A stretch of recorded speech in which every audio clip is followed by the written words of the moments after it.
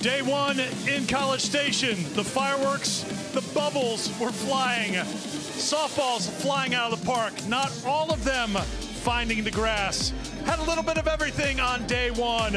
Some great plays, plenty of home runs, and two teams picking up wins. Arizona State and Texas A&M. They are set to go head-to-head in game one of day two at the College Station Regional as we welcome you to the NCAA Softball Regionals presented by Capital One. Texas A&M 1-0, Arizona State 1-0. The Big 12 tournament champs ready to go against the overall number 15 seed in the tournament, the Texas A&M Aggies. As I said, game one here today. We have three on the schedule, of course. Our first elimination game comes up next between UConn and McNeese. Then the loser of this game will take on the winner of that game to close out our triple header here today. And it is great to have you with us alongside the Tennessee All-American Madison Shipman. I'm Eric Freed, and yes, it was quite the show yesterday with 11 home runs in those two games between those four teams. 11 home runs and a lot of bubbles coming from the Texas A&M side. I don't think you or I were expecting to see 11 home runs yesterday, although we knew that we were going to have some great offenses. And one thing is for sure is both of these teams are looking to carry over that offensive momentum from yesterday into today's game. For the Aggies, everything got going off of the bat of Ariel Kowalewski with that grand slam. She had been so good all season long with the bases loaded, and she upped her batting average. And I got to tell you, Eric, when you're 3, 4, 5, 6, and 7 batters in your lineup all go yard, you know it's going to be a good day offensively, including this home run by Maya Perez, who has been one of their top power hitters all year long. But this Texas A&M offense is on a roll, but they are facing another offense who has been blasting the ball out of the park. You go back to that Big 12 championship, they had 3 home runs against Texas Tech. Well, they came out and hit back-to-back home runs in the first inning, and then down in the 9th spot, Tiade Ho-Ching with her first career multi-home run game coming out of the 9th spot. Talk about lengthening out your lineup when you're able to get that sort of power down in the 9th spot. She's not down there just to flip the lineup over. She is down there to provide some pop, but this is going to be a great battle between two offenses. Are we going to see more bubbles, or are we going to see the pitching shut them down? I think they stocked up for the bubble machines. We're ready to go on a warm day in College Station. It's Arizona State and Texas A&M. The first pitch next.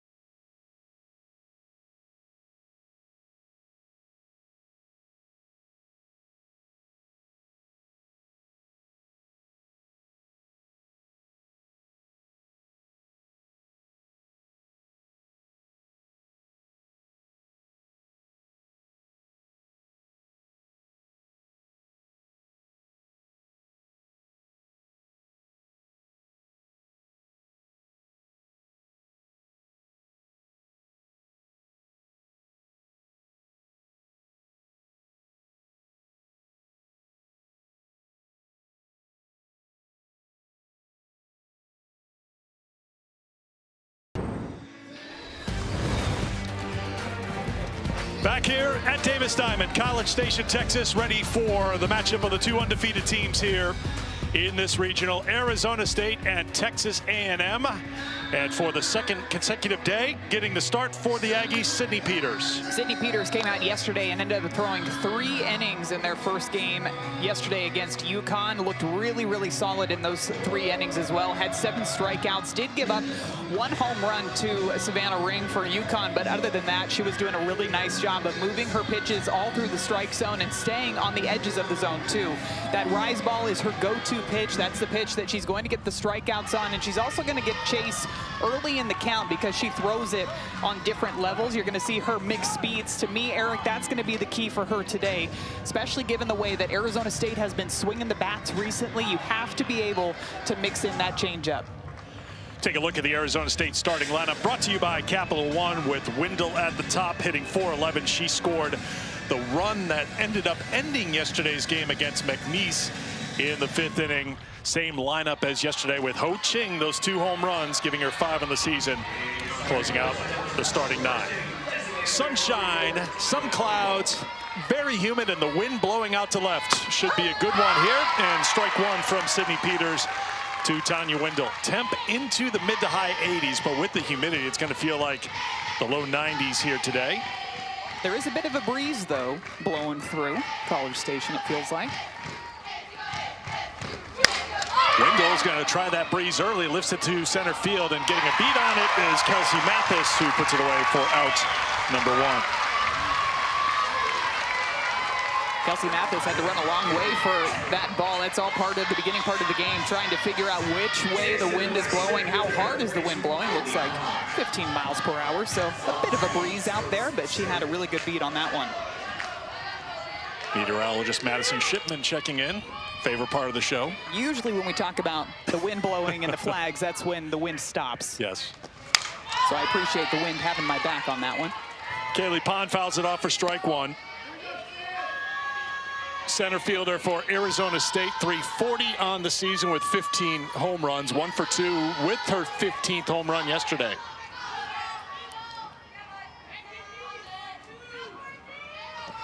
I think you make a great point too, just a couple of minutes ago, Madison, how this lineup for Arizona State, pretty relentless when you can get that kind of production from the number 9 hitter in the lineup, getting a couple of home runs. Same for Texas A&M as you went down the lineup, home run, home run, home run, home run. That's something that both these pitchers are going to have to deal with today. Another fly ball to the center fielder, Mathis, 2 down.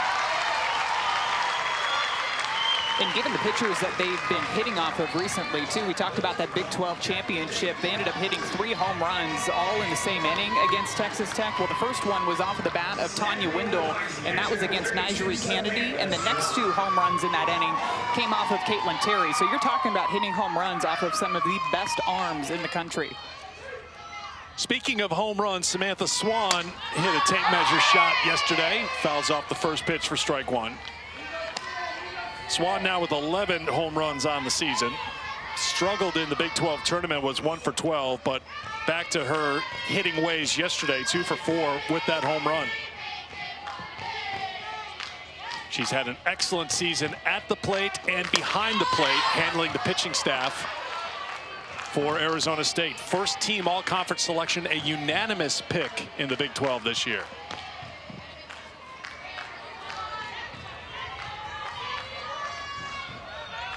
Native Texan. About an hour and 45 minutes away in Georgetown.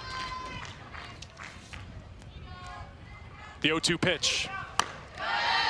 Misses up. As Madison mentioned, Peters had 7 strikeouts yesterday in her 3 innings of work through 48 pitches, giving her 132 strikeouts for the season. That leads the staff.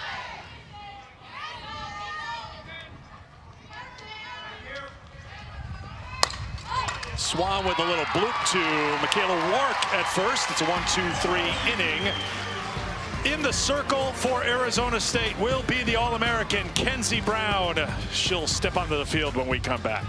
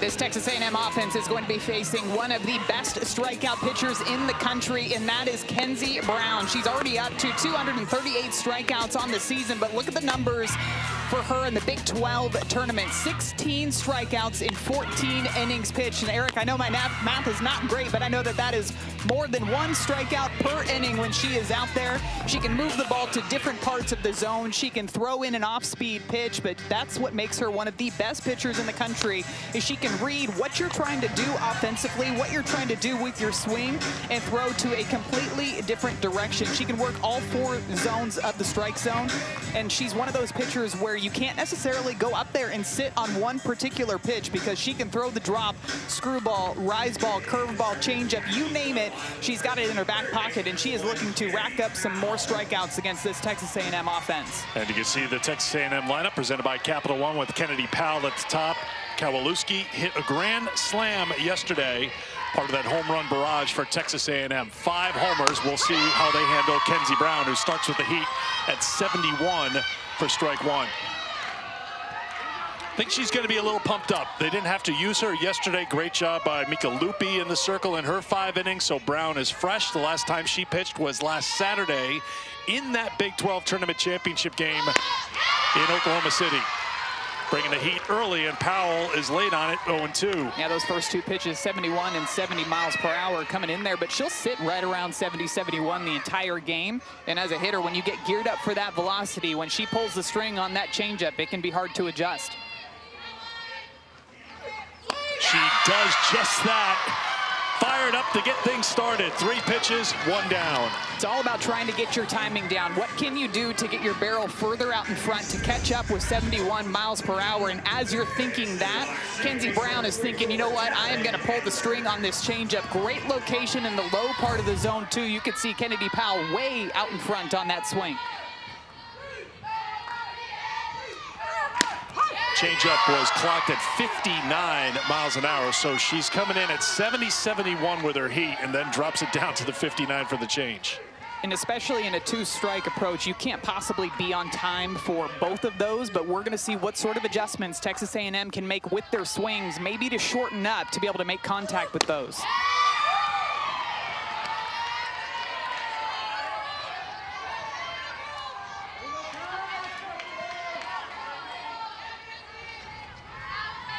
One the count to Talon Edwards. 345 on the season. 1 for 2 yesterday with a couple of runs scored. Was walked and was hit by a pitch way out in front on the change. 1-2.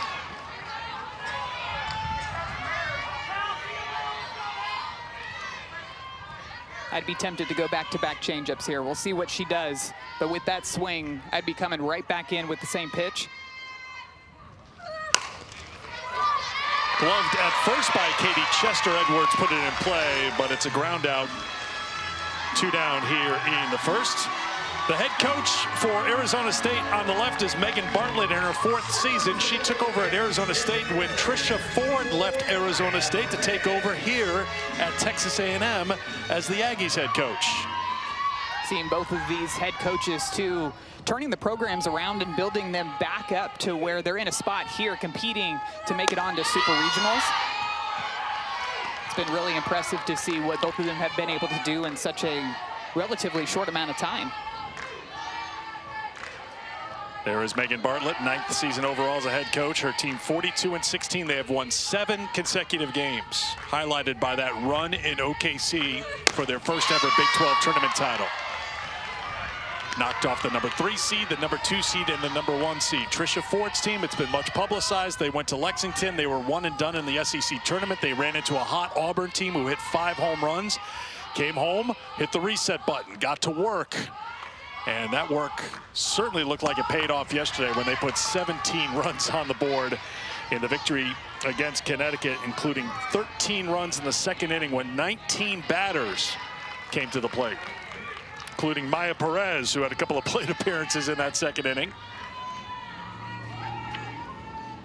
Interesting to see how Arizona State's handling her with the bases empty. They do throw a strike on 3-0. Perez at .436, 19 home runs, 55 runs batted in. So far, Kenzie Brown has been throwing her a lot on the outer half. She did miss low with one of those changeups.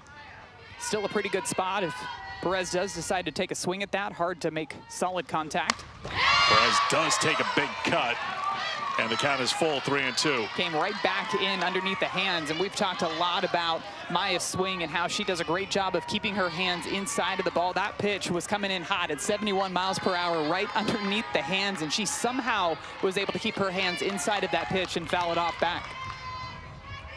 The heat or pull the string on the 3-2. Perez takes a walk. It's a 58-game on-base streak for Maya. She's been on base in every single game this season. The streak dates back to last year's NCAA tournament. Amazing. It's an incredible stat. The consistency that she brings, and when pitchers do decide to throw to her, it feels like when she swings, the ball is leaving the yard. And I know we talked yesterday about how not all walks are created equal. That is a good walk, in my opinion, for Kenzie Brown. Here's Michaela Wark. Fouls off the first pitch. Why do you think that, Maddie? She was pitching on the outside part of the strike zone, and her misses were either down below the zone or well outside in the other batter's box. You do not want to miss over the plate to Maya Perez. You do not want to let her be the player that beats you. So if you're going to miss, you miss with something outside of the zone that's going to be a ball, and if she takes her base, she takes her base. 0-2 to Michaela Wark, leads the team in home runs with 20, RBI with 69. She's been that protection for Perez. Looks like they called an illegal pitch, Eric. Interesting. Second base umpire Mike Bartling is coming into the circle. Here comes the Arizona State head coach Megan Bartlett out for an explanation. Everything looks good to me there on the windup. She's not striding outside of that pitcher's lane. But it did come from the second base umpire, so that's going to bring it to a 1-1 count instead of an 0-2 count. What are the things they could be looking at here? In the lane there, obviously, where the chalk lines are still, you can see that lane towards her left foot is starting to disappear. Right, and now you just have to make contact with that chalk line. So as long as any part of your foot as a pitcher is touching that chalk line, you are good to go. That's a legal pitch.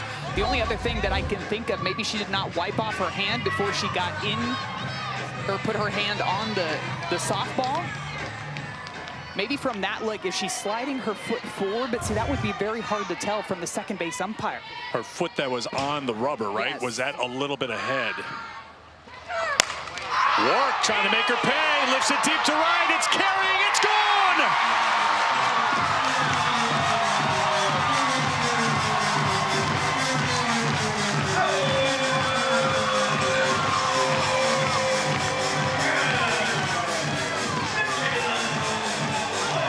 I know it's early, Eric, but that illegal pitch could be a huge moment in this game. And what about Michaela Wark coming through and taking advantage of the opportunity? It was going to be an 0-2 count. Instead, it's 1-1, and she is ready. Gets this pitch on the outer half of the zone. Looks like it's supposed to be a curveball that's going to break away from Michaela Wark, but she is ready for it. Steps into it and drives it. You're seeing the power that she has in her swing to drive that ball over the right field wall and give the Aggies the early lead. Kowalewski fouls it off. That is the 50th career home run for Michaela Wark, her 21st this season. And you're right, let's just make a note of that. It's hard to forget it, that the illegal pitch is called. It's a 1-1 count instead of 0-2. Does that just throw Kenzie Brown's delivery off a bit? These are all questions you ask after you see someone go the opposite way for the home run like Wark did. Well, when you get called for an illegal pitch, obviously the pitcher is going to go out there and try to correct whatever it was that the illegal pitch was called on. I'm still watching her stride here to see if that's what our second base umpire saw, because of his angle, to me, that's probably what he was looking for, to make sure that she stays in that pitching lane. Kowalewski fouls it off, and it's holding at 0-2. Typically, when you see illegal pitches called, they're either coming from the first base umpire, or they're coming from the third base umpire, or if it's a timing violation, coming from the home plate umpire. But very rarely do we see it coming from out at second base. Kowalewski, a little bloop back behind third, drifting back and making the catch is Emily Shep. And that will do it. But Michaela Wark goes deep. The 6th home run for A&M here in this regional. Home run 21 for Michaela Wark, and it is the biggest home run for her this season. Going yard off of Kenzie Brown to give the Aggies the 2-0 lead.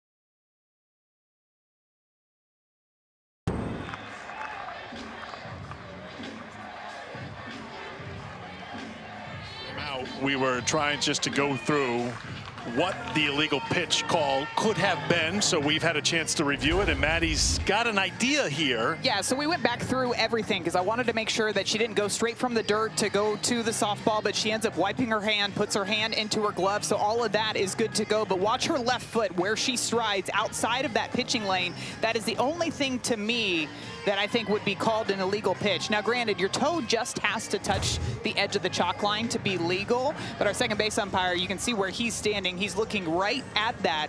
If she ends up going past that chalk line, then it's going to be called an illegal pitch. And Madison's talking about that final paragraph there. You can see the line being ripped apart. And to your point earlier, Madison, there was the second base umpire, it appeared, who came out to make the call, and that would have been down right down his line of sight, because that's where he's set up right now on that chalk line, it would appear. You can get a look at it too. When Peters releases it, she's well inside the line. Right, and that's, you know, you and I like to use our context clues, right, yes, to figure out what the call is on the field. And since it did come from behind second base, it was either her touching the ground, going straight to the ball, or to me, that pitcher's lane. And when I was watching her, she definitely made those adjustments on those following pitches. But I think we know by now to expect the unexpected. That is the first out of the pitcher's lane illegal pitch, I believe, that I have seen. Or at least seen called in game. It was a quiet day yesterday. Usually when Madison Shipman's on the call, there's something from deep inside the rule book that emerges that we didn't know existed. I can feel my rule book heating up already.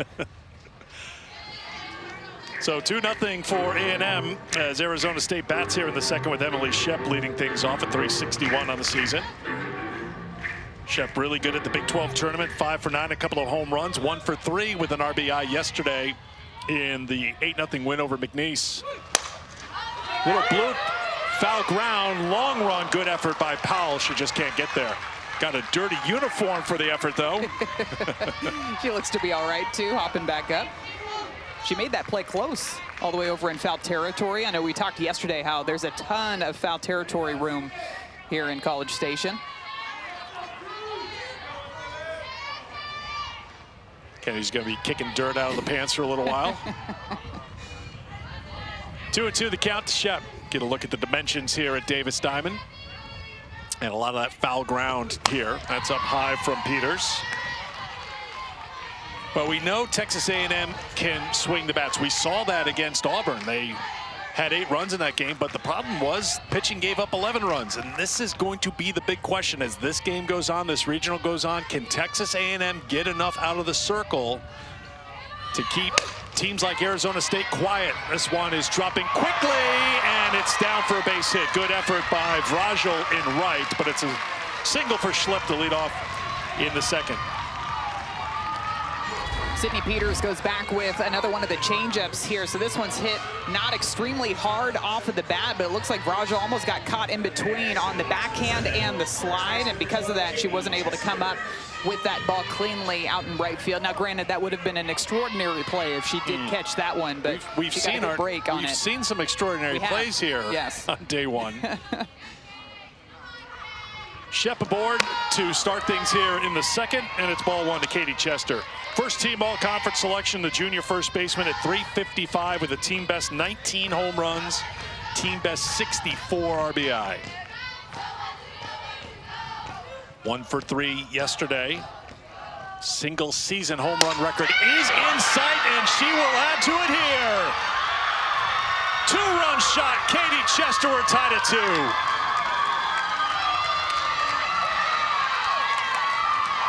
Home run number 20.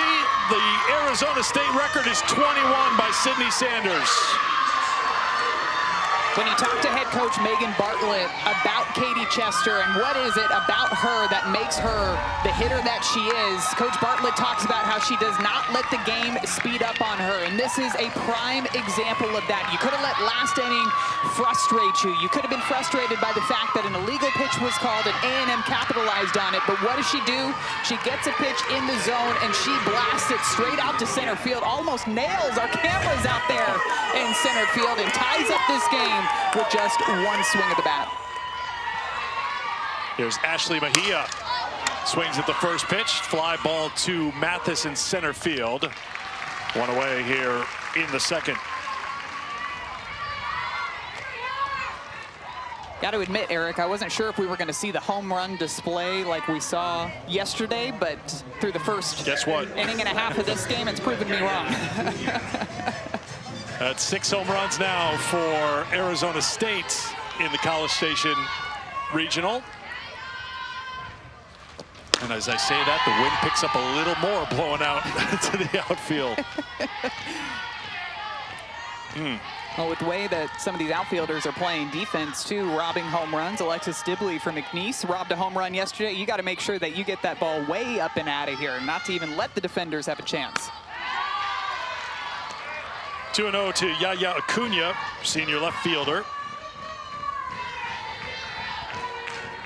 Like this move by Ariel Kowalewski just to come out and have a quick chat with Sydney Peters. It seems like things are speeding up just a little bit for her out there in the circle. Gives up the 2-run home run. Did get a quick fly ball out, but now falling behind 2-0 to Yaya Acuna. You can see the infielders playing into. This is one of those times where you want to let Acuna just put the ball on the ground.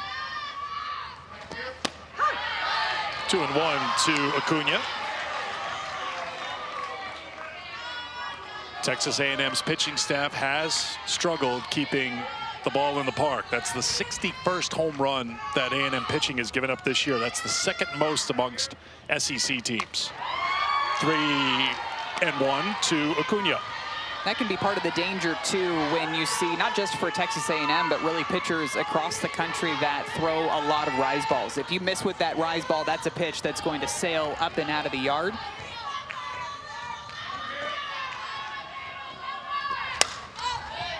Slap foul, and the count's full to Acuna. What it could come down to, too, for both of these teams is trying to limit the damage swing when there are runners on board. If you give up the solo home run, oftentimes those aren't going to be the home runs that hurt you. But if you give up the 2-run home run, the 3-run home run, or the grand slam like we saw off the bat of Ariel Kowalewski yesterday, that's when the score can get out of control.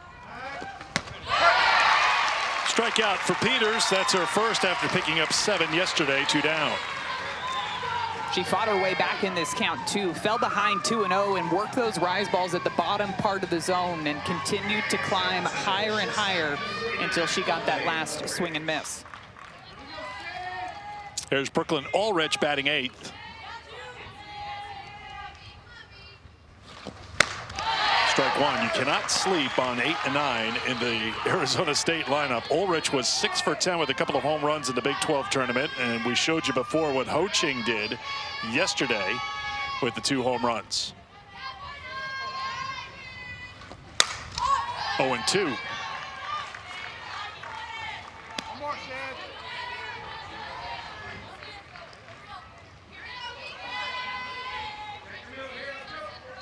Ulrich 0 for 1 yesterday with a walk and a run scored.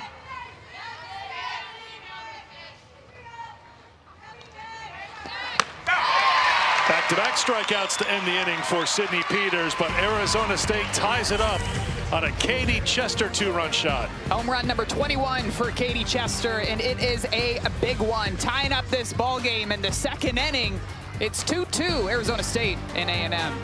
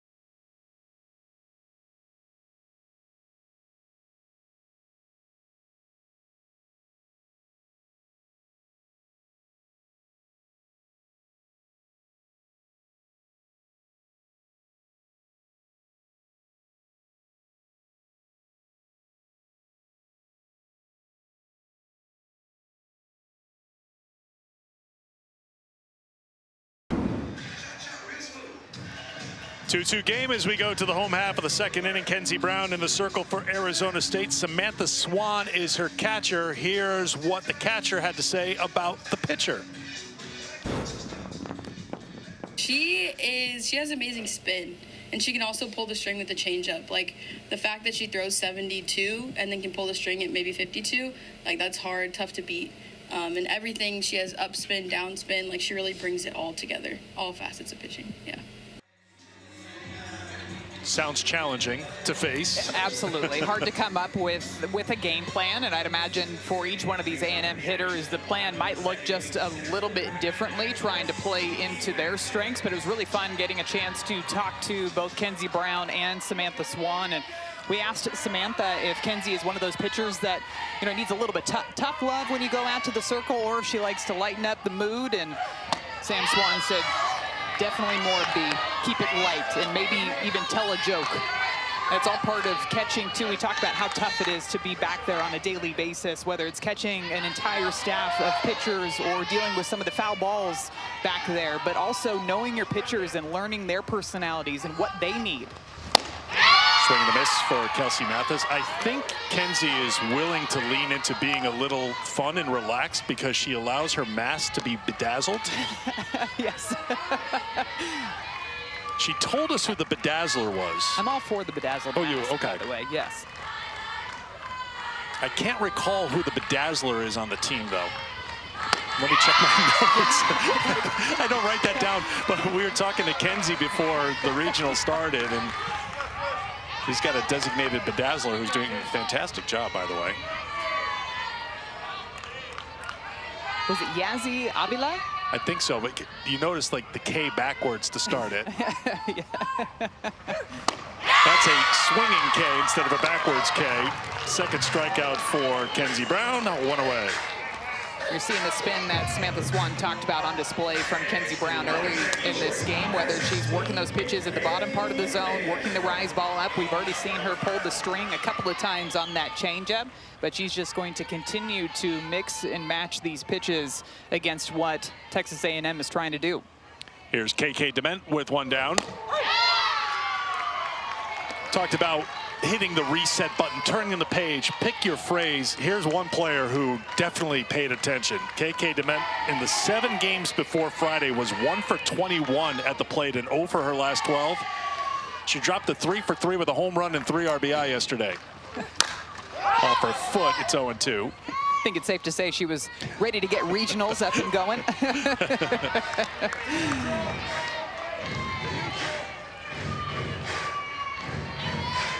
She did mention, too, after the game yesterday that even though they lost in that SEC tournament, which nobody wants to lose, but they were able to take advantage of some more practice time that they got leading into this regional this weekend. Bottom drops out of that one. Brown gets back-to-back strikeouts, 2 down. That pitch, the way that it comes out of her hand, too, and how it just stays right about at the knees. It's not until the batters decide to swing that it drops off of the table. Such hard, sharp down bite to that pitch.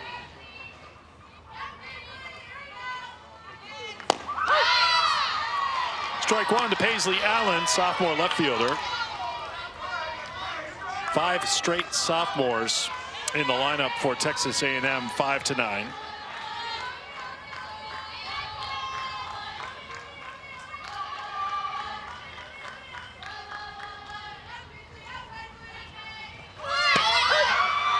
Oh, and 2.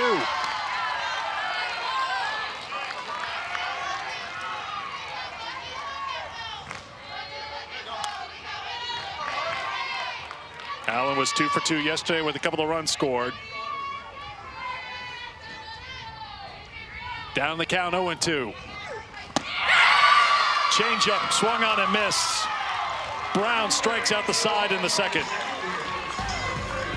Throwing nothing but strikes this entire inning. She had just 1 ball. Everything else she is pumping in strike after strike after strike, and it is 3 up, 3 down, 3 strikeouts for Kenzie Brown.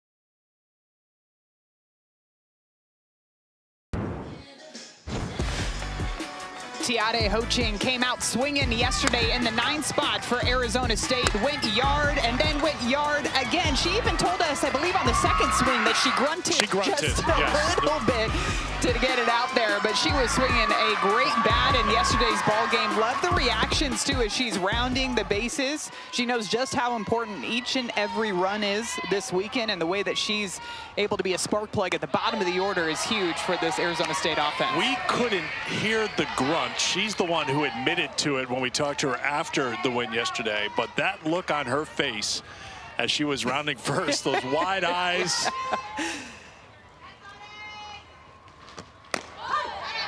Down to the count 0-2 to Peters as she gets the call. Poaching 2 for 3 with those 2 home runs, 3 runs batted in.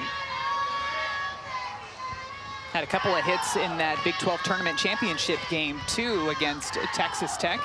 So back-to-back multi-hit games for her. And her first career multi-home run game yesterday. You have to go all the way back to the end of March, going into early April, the last time she went back-to-back games with multi-hit games. Started last season as a freshman, Big 12 All-Conference selection. So making her second appearance in the NCAA tournament. Fouls it off. Last year, Arizona State went 0-2 in the UCLA regional. A couple of tight games. Lost to San Diego State by a run. UCSB in 10 innings by a run. Their win yesterday over McNeese was their first tourney win since the 2022 NCAA tournament. Just missed. It's 2-2.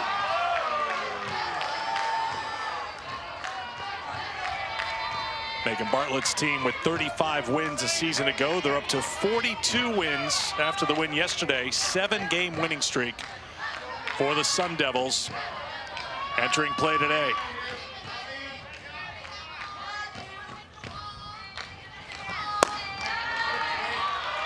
Good at-bat by Ho Ching, who is down the count 0-2. It's now a full count. When she was asked yesterday about what felt different for her stepping into the batter's box, she just said that she went into the box relaxed, and it was working for her, so I guaranteed she's going into today's game with the exact same mindset, being relaxed in the batter's box.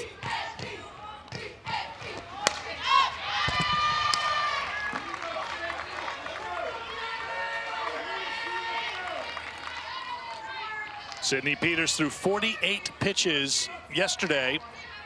This is the 8th pitch of this at-bat to Ho Ching leading off the 3rd. Peters went 3 yesterday, gave up 1 hit, 1 run, struck out 7.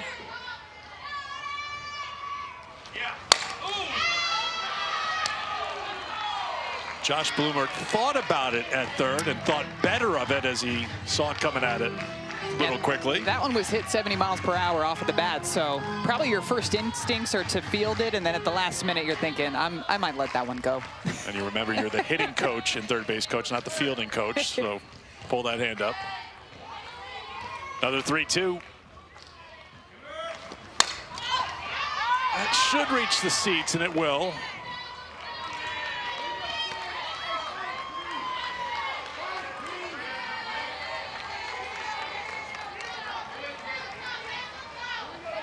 Giotti's numbers at the plate down a little bit compared to last year. 339 a season ago, which was 3rd on the team. 252 entering play today. Bloop by second base. Talon Edwards comes and gets it. 1 away. 4 in a row retired by Peters after giving up the 2-run home run to Katie Chester. Back to the top of the lineup at Tanya Wendell. One thing we got to talk to Sydney about, and typically when you think of pitchers getting into a good rhythm out there, they tend to speed up or want to throw pitches really, really quickly, but she does the complete opposite. She has the same pre-pitch routine, and she even kind of talked to us a little bit about working the pitch clock down just to make sure that she was getting in her entire routine, not speeding up as the game went on. A bit of a different mentality than I feel like we see from a lot of pitchers that we watch throughout the season. In on the hands of Wendell, fouls it off, and it's 0-2. Yeah, sometimes you think for a pitcher, oh, I'm pounding the zone, they can't catch up. I just want to stay on top of them, keep moving, push the rhythm up. And the feeling was, I'm going to take a beat here. And to me, it comes back to taking control of the at-bat. And in my opinion, she's taking control of what she can by taking her time and going back to the back of the pitcher's circle before she steps back onto that rubber. Good pitch there. Wendell can't get it. Strikeout number 3 for Sydney Peters. 2 down here in the 3rd inning. 7 innings live. You talk about a big day for 7 innings live. This is it. Each of the regionals with 3 games on the schedule, so they have you covered from morning until night. Chris, Alyssa, Tori, Tara, they'll all be in and out of the studio today. You can catch it on the ESPN app. the best way to stay on top of what's happening in all 16 regions today. It's a much better way than what Madison Shipman does, and she opens 16 tabs on her browser on her computer, which we talked about yesterday. That's a hit batter right there. Kaylee Pond is aboard with 2 down. We talked about it yesterday. I feel like I have less tabs open today than I did yesterday. And it looked like Kaylee Pond maybe just got that one on the elbow guard. Looks to be okay. She throws her bat back towards she knew it was coming. The dugout. See, by you talking about that, I'm getting the sense that you are not a 49 tabs open at one time type of person. Are you one of those people where I'd be appalled to see how many unread emails and unread messages you have in your phone? 1,000%. And just as a clue out there, more than 1,000. More than 1,000 and more than 1,000%. Yes. There's Samantha Swan. Ball 1 to Swan, who popped out her first time.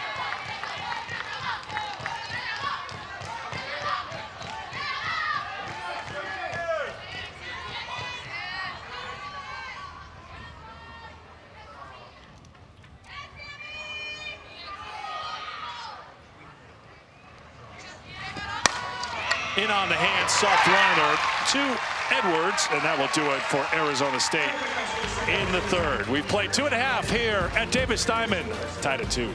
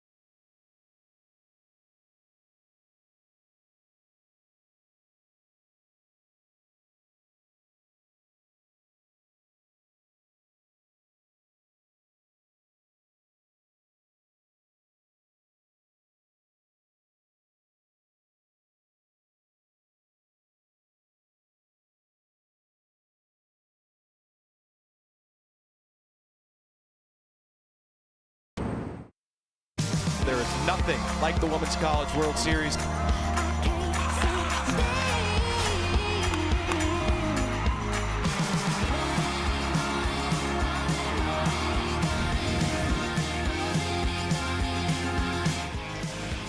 The Women's College World Series returns to Oklahoma City. The action begins Thursday, May 28th at 12 Eastern, live on ESPN. For more information on the 2026 Women's College World Series, visit NCAA.com, the home for all NCAA championships. Madison and I were fortunate enough to be back at the Big 12 Tournament Championship game at Devon Park, and it looks a lot different for the Big 12 Championship, but the excitement level is high for softball at all times in OKC, and it just goes to just some other level come World Series time. Yeah, you'll really see Devon Park transform over the next couple of weeks leading into the Women's College World Series, and it is always a packed house. And if we learned anything from last year, you never know what is going to happen during those games. Makes it just that much more exciting each and every year. Yeah, certainly be aware for steals of home. That happened last year. Intentional walks. Swings on the intentional walks. That was last year. The Lindsey Grine pitch that hit the dirt ball, I think is what we were calling it, because her pitch ended up hitting the piece of dirt that came up from her cleat, I believe it was. Much better than the slow-mo of a Randy Johnson pitch from years ago, but don't Google search that. We do not need to look back at that. Yes, I know yes. you're a baseball fan too. Dirt ball much better than bird ball. Yes. Frankie Vrajel to lead things off for Texas A&M here in the bottom of the third. Matchup of 1-0 teams here in the College Station Regional. The winner plays tomorrow, and they are in the driver's seat for winning this regional in this double elimination tournament. Loser is not done, but they'll have to come back tonight and take on the winner of our next game, our first elimination game between McNeese and UConn. 1-2 is a ground ball to the left side. Ulrich with the throw, Chester with the catch, one away.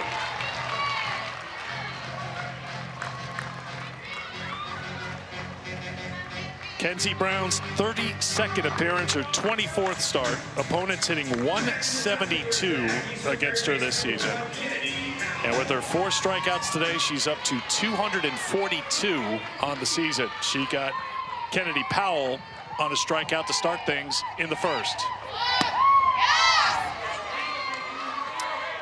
Second time through the order now for A&M. We'll see what sort of adjustments that they make offensively. This is one of those times where maybe if you're Kennedy Powell and you know that you struck out on the changeup in your last at-bat, do you go up there and sit it in this at-bat, anticipating that she might bring you another one of those pitches? Slapped out to left. It's going to hang in the air long enough for Acuna to get it. And Powell is retired. 2 down. The one area where we've seen both pitchers be very sharp today is getting the pitch in on the hands of these batters. When you're able to do that, you've got to establish the inside part of the plate. It can completely open up the outside part of the plate, but you have to be able to work that pitch right underneath the hands of these power hitters to make sure that they're not able to get extended. Talon Edwards grounded to first. Her first time, takes ball 1.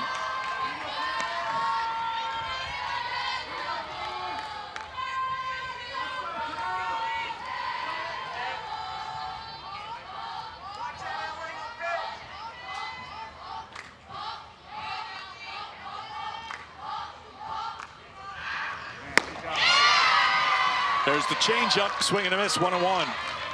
Just nasty, coming in at 50, 60 miles per hour, excuse me. I think after seeing 72, feels like it's 50. Might even feel like 15 miles an hour, how slow. That one a little bit faster than some of the other changeups that we saw coming in. Framed by Swan, call the ball, and it's 2-1.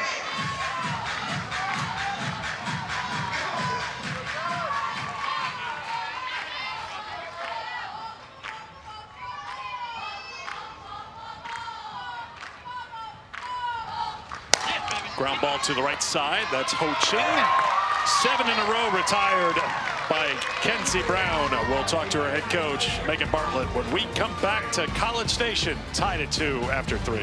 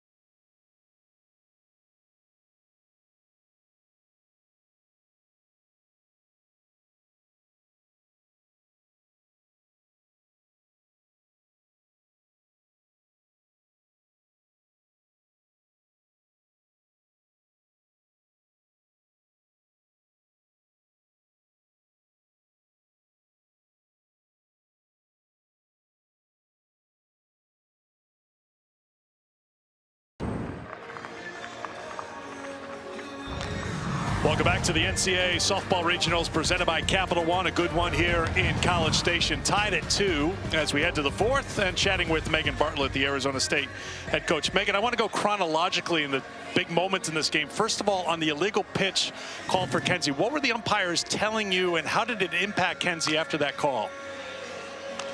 She was outside of the pitching lane. You don't see that called very often, so but she made a nice adjustment. She is firmly inside that lane now. Rise ball looks good, changeup looks good, so we carry on. Yeah, Coach, Eric and I were talking about, I think that was the first one that we had seen all season long. But what you have seen all year long is Katie Chester going yard. And I know you said that she is somebody that doesn't let the moment get too big, but what is it that you see on a day-to-day basis that leads to her success? Oh man, really great hand-eye coordination. She has tremendous power, but I think the coolest part about Katie is just how she's grown as a hitter and a human. She's just continued to become more mature and just clean up, you know, if there was a hole in the swing. I mean, she just works so hard, and she's a great kid, but just to watch her again, like, mature and just be able to compartmentalize and let one at bat not bleed into the next, is she's going to be real tough, and she's got another year as a Sun Devil. I thought the coolest thing about Katie was her nickname, Cheddar. Yeah. No? Hear anybody on Ched, that's who we're talking to. Appreciate it, Megan. Thank you, Coach. All right, so that cleans it up. You were right on top of it, out of the lane. Made the adjustment. It's been good since that home run. 7 straight A&M batters retired by Kenzie Brown. But first time an illegal pitch has been called on Kenzie Brown all year. Yeah, and it all comes down to how quickly can you make the adjustment. Once that is called, once the illegal pitch is called, there's nothing you can do about it. But what can you do to make sure that that's not something that's going to be called again? And it seems like she's very easily made that adjustment, because it feels like she has been in complete control since then. All 3 of her strikeouts have come after that home run, and she had, what, just a 10-pitch inning this last half inning? The next pitch after the call was yes. the home run. So that, you know, like, for that moment, as Shep leads off and sends it into the gap, and it's going to get down and end up at the wall. Emily Shep digging for second, slides in with a leadoff double, her second hit of the game. If you're Arizona State, one thing you like is the response after the call on Brown. She gives up the 2-run home run. They come back next half inning, hit the 2-run shot. Now they're trying to put pressure on Sydney Peters here in the 4th. And Emily Shep led off with a base hit in the top of the 2nd inning, and here she is with a leadoff double to get things going in the top of the 4th inning, and that'll bring up Katie Chester. And now I'm going to correct myself. Earlier today I said 21 home runs. It is 20 on the season for Katie Chester, although I'm sure that she would love to see home run number 21 here. That would tie the Arizona State single season record. She is at 20 after hitting that shot with Shep on in the 2nd. Home run tracked at 236 feet. Off the camera platform in center field.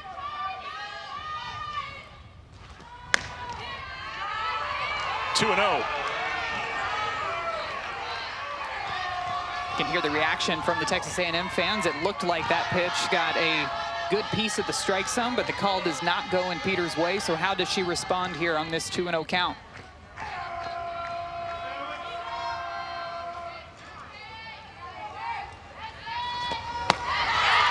Misses the mark, and it's 3-0. Time called, and another visit in the circle from Ariel Kowalewski. Take you back to the 2nd inning, the 2-run shot by Chester. Ton of power, and we saw that on display. That's what Coach Megan Bartlett was just telling us about. This is a rise ball that's trying to work up and underneath the hands of Katie Chester, but she beats that pitch to the spot, gets her barrel out in front, and drills that one all the way out to center field.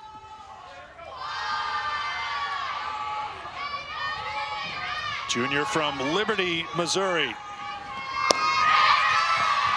So 4-pitch walk, 2 on with nobody out here in the 4th.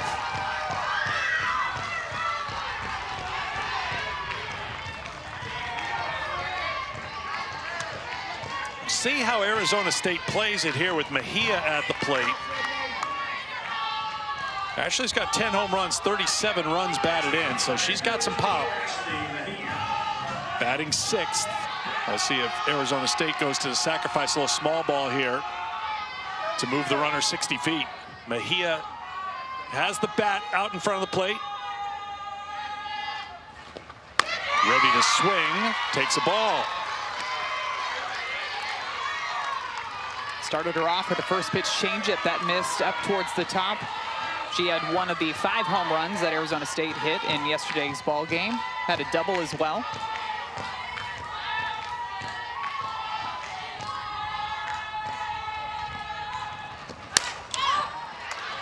Pops it up and now led up out of play.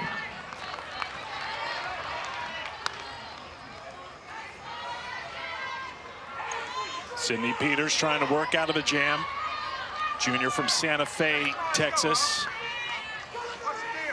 who was slowed by injury last year, missed 2 months, made a return to the NCAA tournament season ago. Now she's emerged as the ace of the staff, although it does feel like it's a shared responsibility for this Texas A&M team.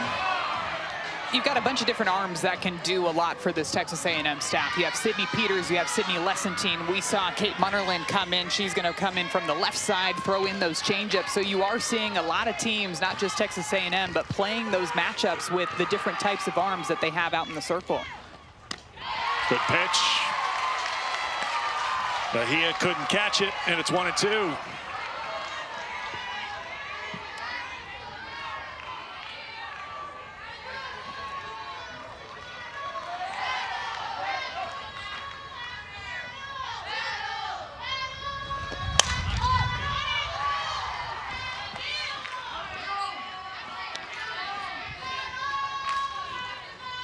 There's a part of me, too, that was wondering if they were going to have Ashley Mejia sack bunt. And after that first foul ball, third base coach Josh Bloomer ended up calling time to have a quick chat with Ashley Mejia before she got back into the batter's box.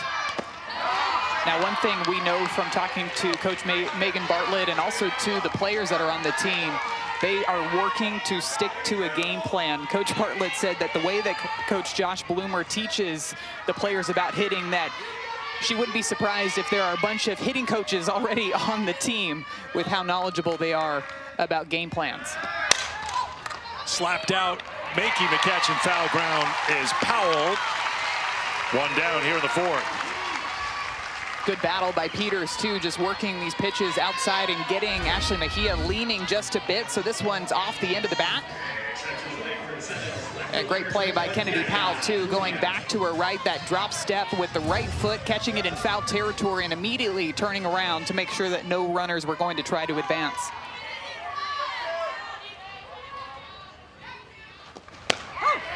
Strike one to Yaya Acuna. Senior from Tucson, struck out her first time.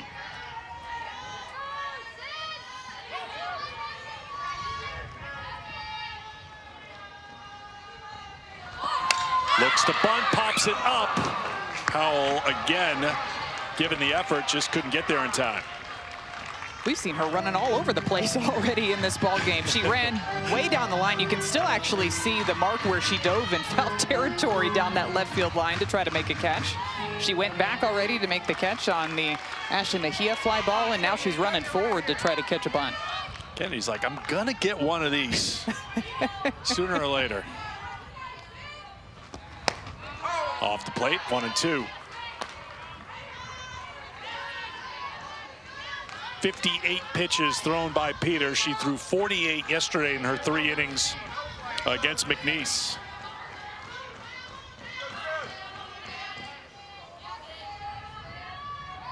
Brings the 1-2. Gets the strikeout. Back-to-back outs recorded by Peters. 2 down. We saw this from Sydney Peters yesterday, going after these left-handed batters with that pitch that has some really good arm side run on it. So it's a pitch that's going to break away from the left-handed batters, moving like a screwball away. Got a little up bite on that pitch, too, for another strikeout. Ball 1 to Brooklyn Ulrich, who struck out her first time.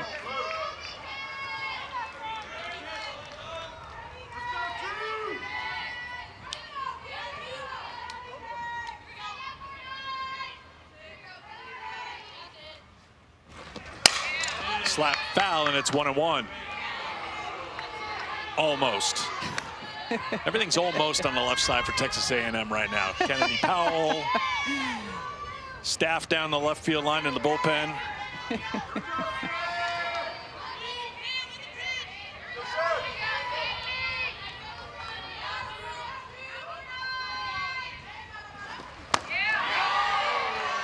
Misses for a ball. It's 2-1.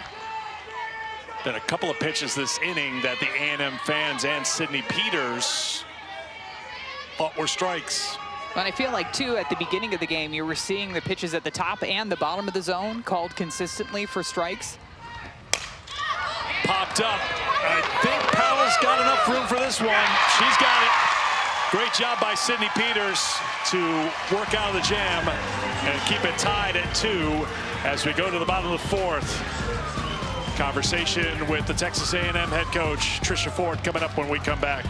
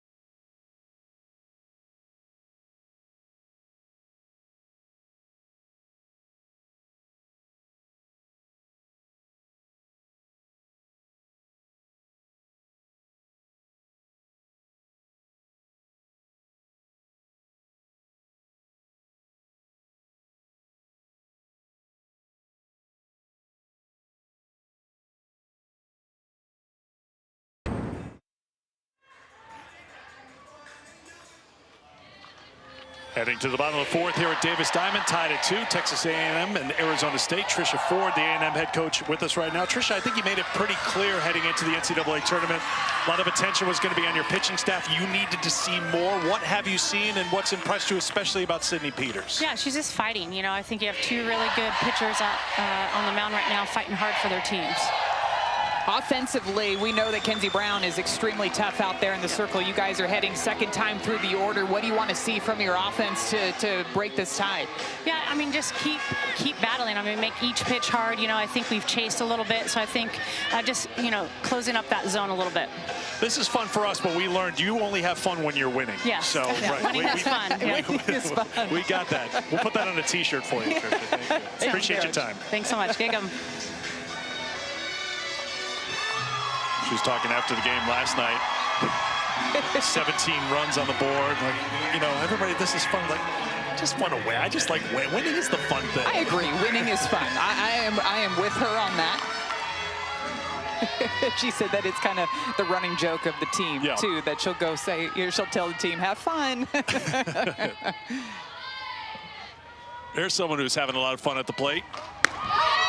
Maya Perez takes strike 1. Walked and scored on the walk home run back in the 1st. Stretching her on-base streak to 58 games.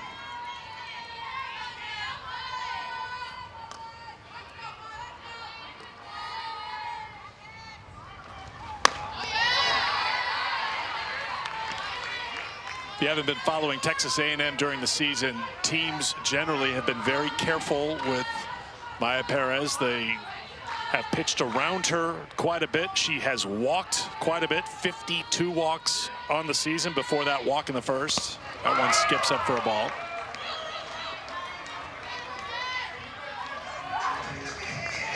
And that's why it's so important for somebody like Michaela Wark, who is batting in the 4th spot, batting right behind Maya Perez, knowing that there are going to be teams that want to pitch around her, but we've already seen the damage that Michaela Wark can do with just one swing of the bat.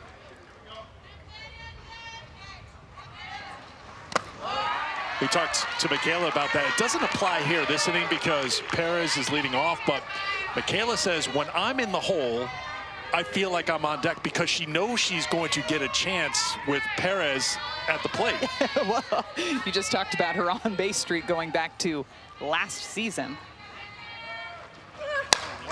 Hit hard but foul. I would say it's a pretty safe bet that she's going to come up to the plate. And so at times she did say too that if teams are going to intentionally walk Maya, at times she might not even watch those pitches because she's just trying to get locked in and not let whatever is happening during the game get to her. That's one thing too, talking to Coach Tricia Ford about with Coach Jeff Harger that they work on a lot is taking the emotions out of the at-bats.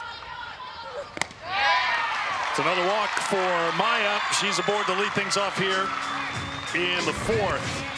We said she's got good protection behind her, Michaela Wark. And Michaela hit home run number 21 on the season. Tons of oppo power in this swing from Michaela Wark, too. I know yesterday we talked about her stance and how she has that closed stance. She's way off of the plate. So at times, pitchers will try to throw her outside, try to get her to chase off the plate away. But she has such great plate coverage, not just on those inside pitches, but also to be able to get to those pitches away. Wouldn't be surprised here if we see Kenzie Brown trying to pull the string on that changeup, knowing the power that Wark has. Haley Golden will run for Perez. Golden 5 for 5 on stolen bases this year. 44 stolen bases for A&M as a team. Not a big part of what they do offensively, especially if you got someone like Wark at the plate who can produce extra base hits. 21 home runs for Wark.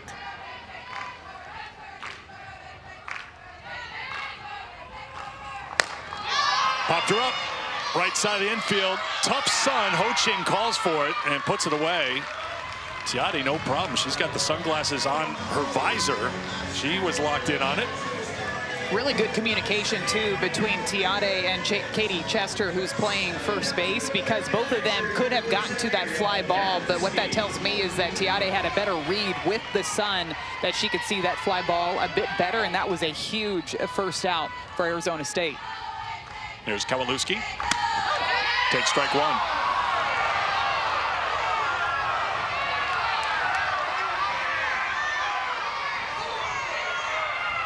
Ariel popped out to third her first time.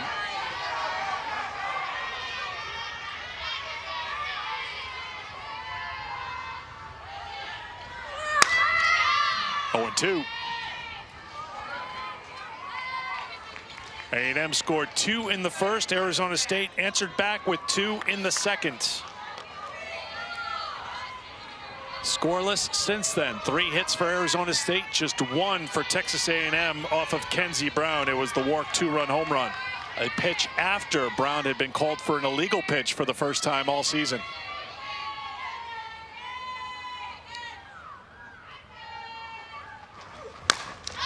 Popped up, shallow right. It's going to drop in for a base hit. Thrown away, but backing it up is Shep. No one covering third, but Brown comes in to cover third. But the runner is safe. The pitcher moved over to cover the base. Golden slid in time. Sliding into second is Kowalewski, and Texas A&M has runners on second and third with 1 out. Kowalewski ends up getting jammed up on this fly ball out to right field, and it was a really close play over at third base. Kenzie Brown, smart move to come over and cover, and I think that foot of Haley Golden just got in maybe just before the tag was applied. Are we going to have a review here? We will. Megan Bartlett comes out and asks the home plate umpire, Eric Peterson. First of all, there's going to be a conversation, but I saw her make the earmuff motion that she wants a video review. The ruling on the field of safe at third base is being challenged by ASU. The play is under further review. Mike Bartling, second base umpire, is the crew chief. So the on-field umpires won't have a say in the review. They'll just put on the headsets, and it's being reviewed at the replay center in Pittsburgh. Let's take another look at it here. Kenzie Brown coming over to cover third base. It looked like the throw beat Haley Golden. Let's see if that tag gets down there in time. I think her foot's in there. I think she kept that lead leg down, got the heel on the bag. This is a great angle right here. Kept the foot on the bag, Madison. Didn't pop up. Contact and tag. Boy, it is close. But I think just by our first looks, this one will not be changed. Great point, too, because she does keep her foot on the base after she makes contact with it the entire time. That's difficult to do, too, with you when you have that momentum on the slide working almost to your disadvantage, but she somehow keeps that foot on there. So the replay center in Pittsburgh taking a look at the multiple angles. They'll make the decision and pass that decision on to our field umpires here in College Station. The question, as always, is there enough indisputable video evidence to overturn what the call was on the field? The call on the field was safe.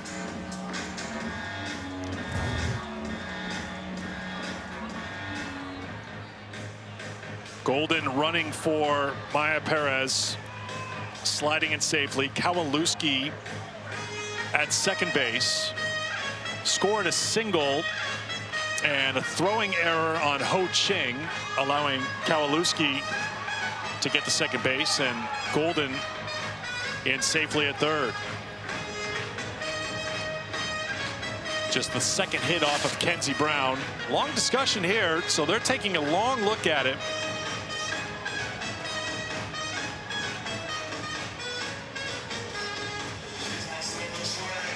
It was a really good play by Kenzie Brown to get over there, be heads up, cover the empty bag, made the catch, snapped the tag down as quickly as she could, but I think just a great slide by Golden, just not to pop up before she got to the bag or after she hit the bag, keeping contact.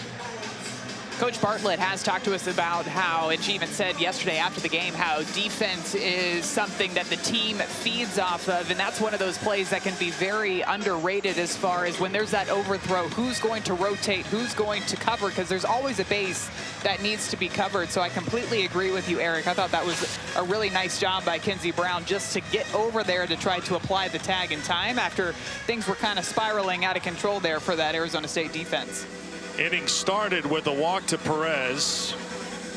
Golden ran for her. Warwick with the pop out at second. Then Kowalewski with the bloop that dropped in front of Mejia. For the moment, runners at second and third with one out in a tie game here in the fourth.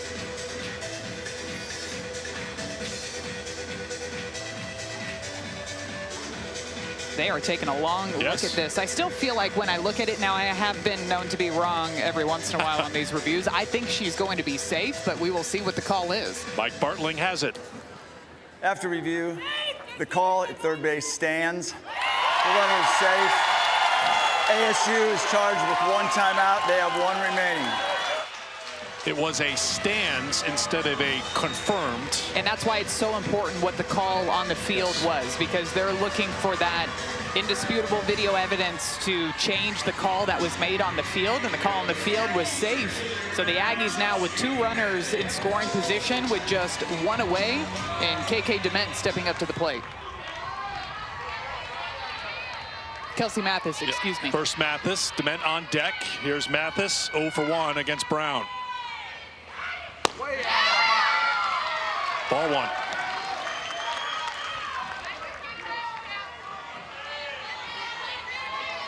Kelsey struck out in the second. That was the inning where Brown struck out the side. Kenzie with 4 strikeouts total as she works here in the fourth. 2-0.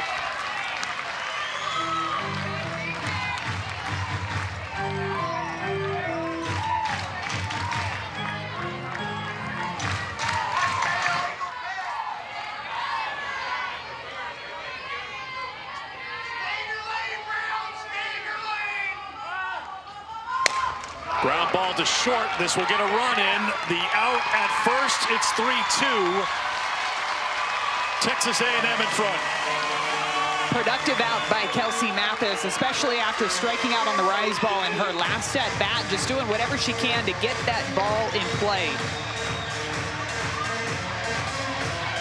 is one of those moments where as a batter, you can't go up there and start thinking about the 3-run home run, but you have to zero in. What can you do to bring across a run? And Kelsey Mathis does exactly that.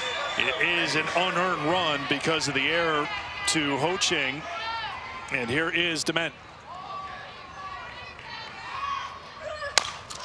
Little bloop caught by Brown, and that will do it. And it's a little bloop because the bat broke it too. You don't see that every day, but there's a barrel and a handle, and they are no longer attached. I think that just gives you an idea of just how hard Kenzie Brown is throwing the ball today. Right in on the hands, breaks the bat of Dement.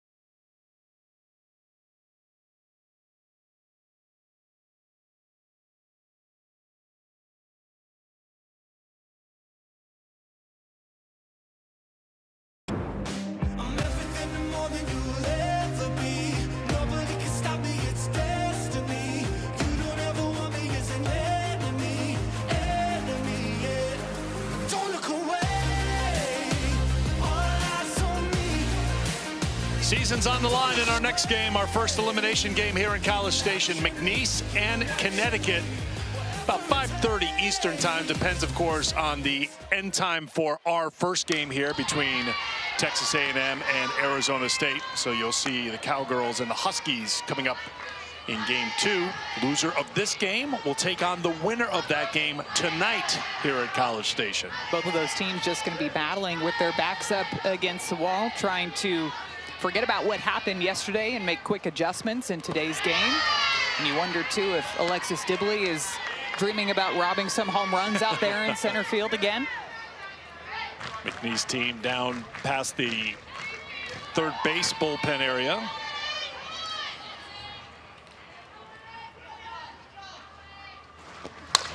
Popped up and foul and out of play off the bat of Ho Ching, who popped out to second her first time. Thoughts on Sydney Peters, Madison Shipman, as she works here in the 5th? I really think she's been doing a nice job, one, of keeping her rhythm and keeping her pace. She is not speeding up at all. She is sticking with the same routine every single time that she steps out there on the rubber. And she's been mixing speeds, mixing locations, and you haven't seen her miss over the heart of the plate too much. Even a pitch like that in a 2-strike count, I think that's a really good miss on the outer half, just to see if you can get Ho Ching to chase at something like that. But the way she's been able to move the ball in different directions, too, is really holding down this Arizona State offense. Off the glove of Peters, going to be a tough play on the run. Not in time.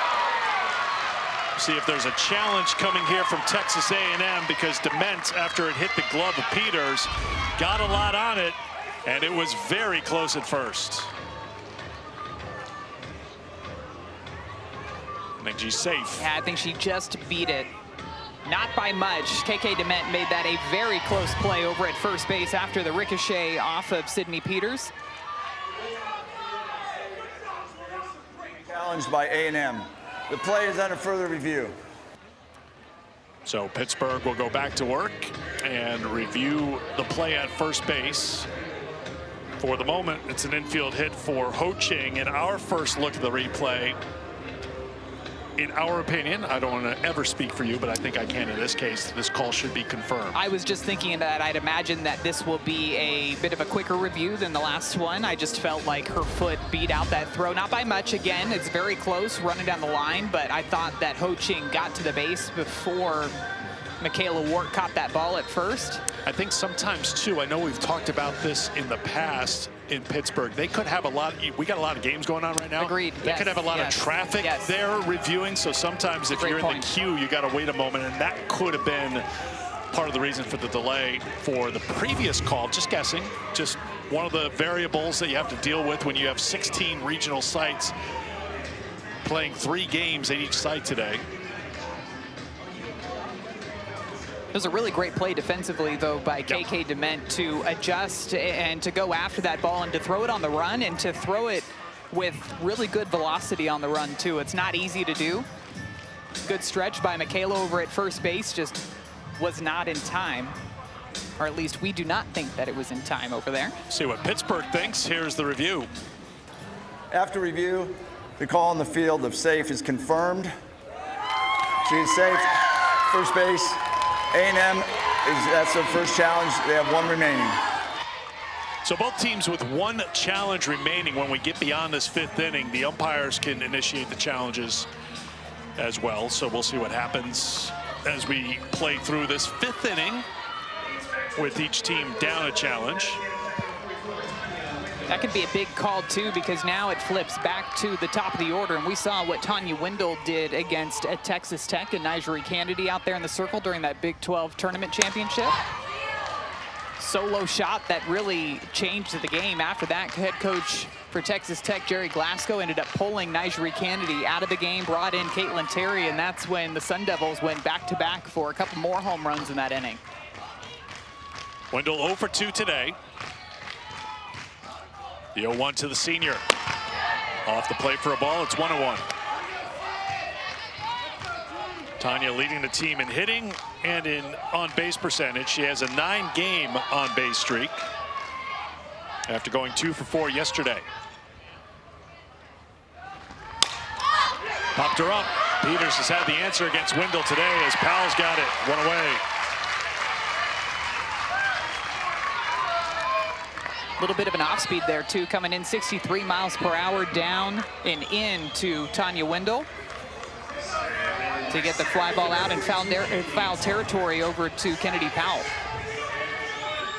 Here's Kaylee Pond, hit by a pitch her last time, 0 for 1 today. She's been on base 4 times in the College Station Regional.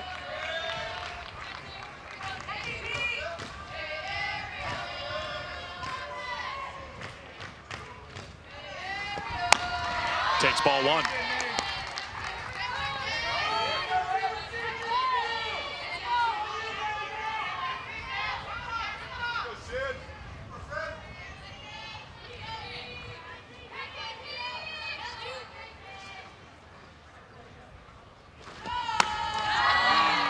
Ball 2.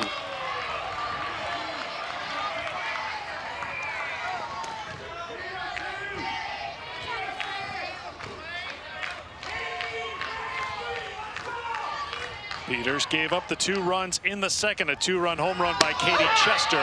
There's a strike, and it's 2-1. Since then, she's given up 2 hits. Double to Shep leading off the second, and now the infield single to Ho Ching starting the 5th.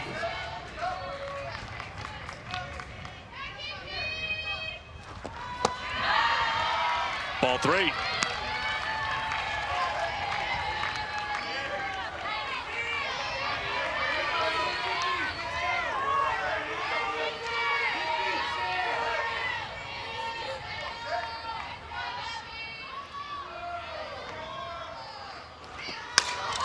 Popped up, foul ground, out of play, and the count is full.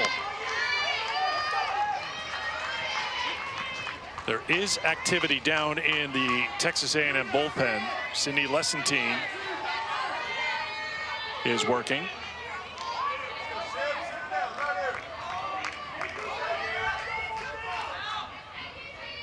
The 3-2. Off speed, misses, and it's ball 4. Came back with the changeup, 55 miles per hour, right at the bottom part of the zone, and I think everybody can hear how the Texas A&M fans feel about this one not being called a strike. Pretty good pitch. Looks like it clipped that bottom part of the strike zone, but the call goes in ASU's favor. So 2 on for Samantha Swan. Swan 0 for 2 today. Takes strike 1.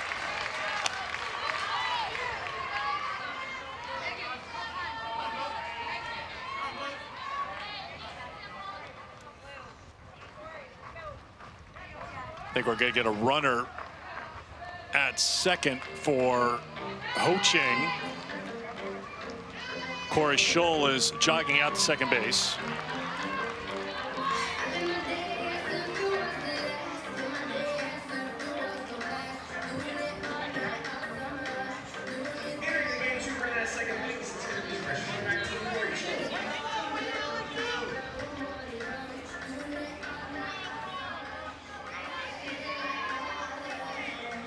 Oh, and 1 the count to Samantha Swan. 3-2 lead for Texas A&M in a matchup of teams that are 1-0 in the College Station Regional. Winner plays tomorrow, 1 win away from advancing on to the Super Regional round. 0-2 to Swan. I was interested to see what Sydney Peters was going to throw to Samantha Swan in this at-bat, because you've heard me talk about it, Eric. I feel like Swan's swing is very much suited to pitches at the top part of the zone. So if you're going to throw it up, you've got to make sure that you're getting it on the edges of the strike zone. Skipped up there for a ball. It's 1-2. Got her on an off-speed back in the first inning. Then she hit and line drive over to second base on a rise ball up and underneath the hands, but you saw her take a hack at that rise ball that was a bit more over the plate, and she's looking to send that thing out to center field.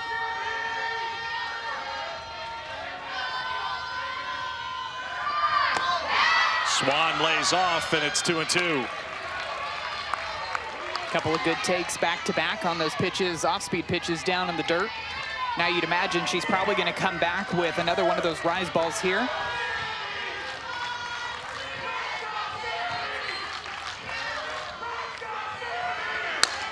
Grounded to third. Powell's got it, steps on the bag, throws the first for the double play.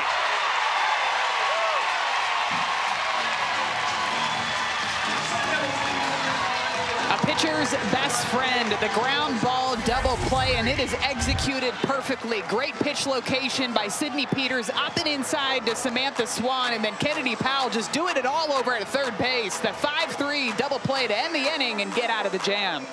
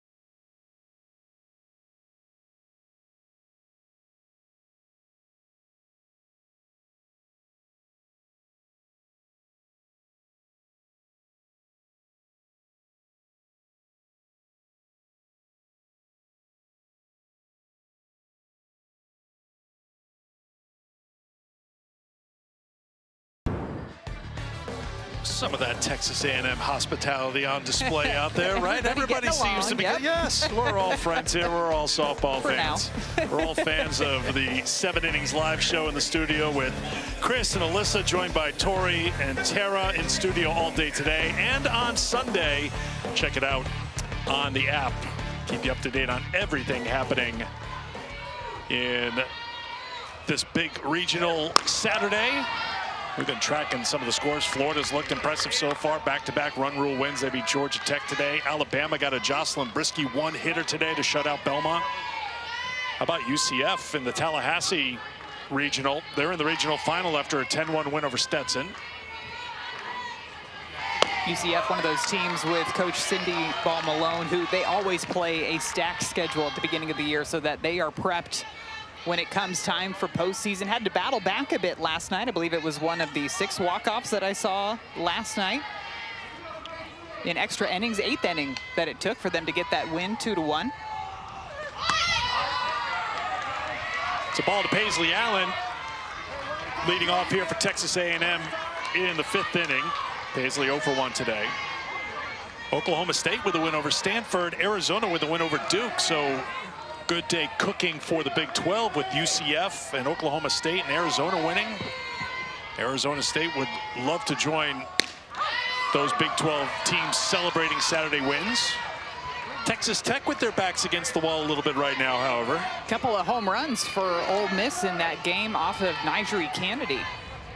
1 solo shot and 1 3-run home run have been the difference in that ball game, but kind of shocking when you just look at that score to see the Red Raiders down 4-0. 3-2 the count to Allen. Kennedy Bunker and Rachel Connors both with home runs off of Kennedy.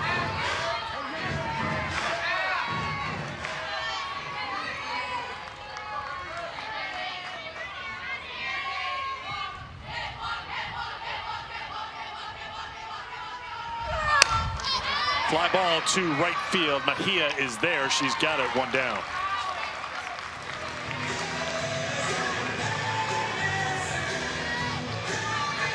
Number 9 hitter Frankie Vrajel will come to the plate, 0 for 1 today.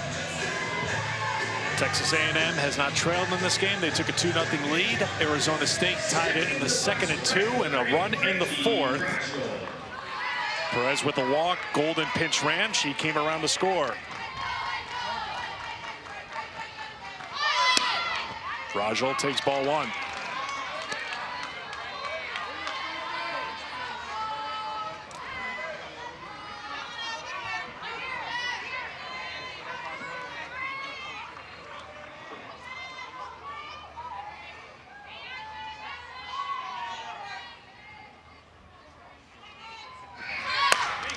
Slap left side and into left field for a base hit. The number 9 hitter, Frankie Vrajel, has her first hit of the College Station Regional. Really nice job by Frankie Vrajel, too, reading the defense. You can see the infield defense playing in just a bit, but she takes a pitch that's more towards the top of the zone and just hits it straight through that 5-6 hole. Went right past the diving glove of Brooklyn Overich over at shortstop for a 1-out base hit. Here's Kennedy Powell. Turned that double play last half inning. Fouls it off for strike 1. 0 for 2 at the plate today. By her reaction on that foul ball, I'd imagine she wants that pitch back. Probably a spot that she was looking for, ended up just fouling it off. Now taking a moment to refocus before she gets back into that batter's box.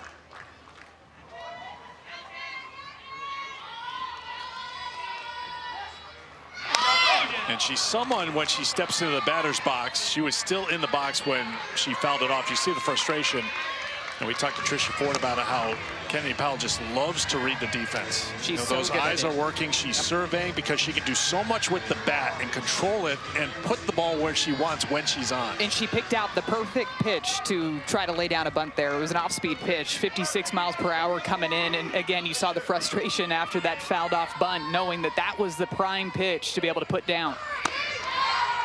Snap throw down the first, getting back safely is Vrajel.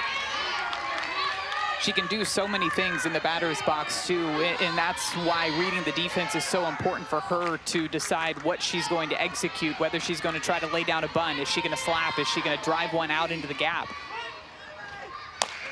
Grounded foul. Do the 1-2 again.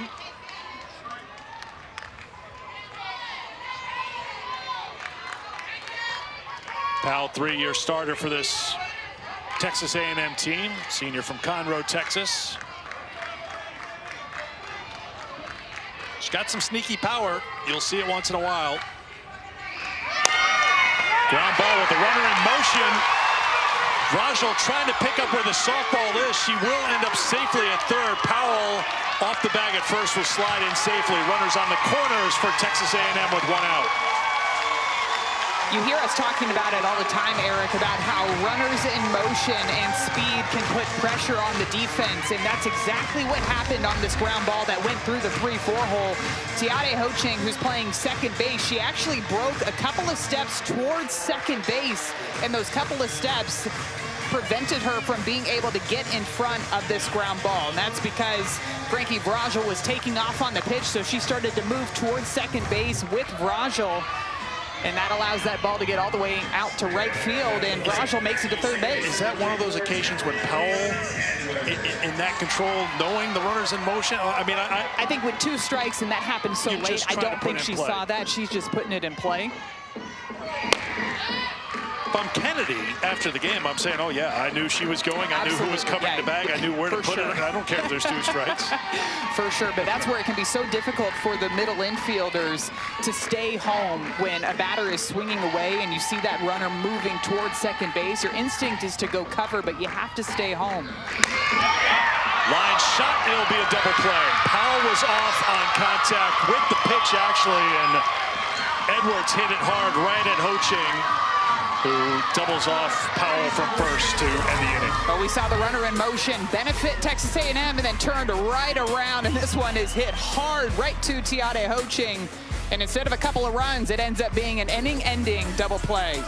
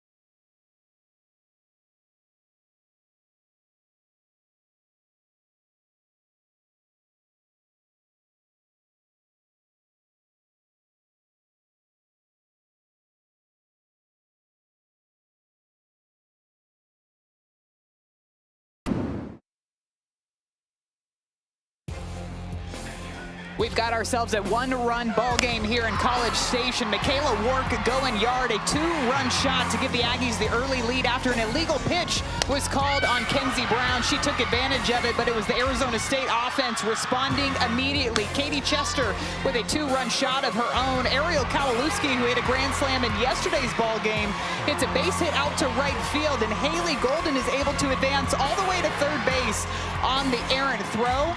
That call went to video review. It ends up standing, and then Kelsey Mathis with the ground ball over to shortstop brought in Haley Golden from third base to give the Aggies the 3-2 lead, and that is where we stand heading into the top of the 6th inning. Emily Shep to lead things off, 2 for 2 today with a run scored. Pitch number 87 from Sydney Peters. Swung on a miss for strike one. Peters has tossed a gem against an Arizona State team that is hitting .329 on the season, that has hit 97 home runs as a team. Just the one home run today. Chester with the two-run shot. 1-1.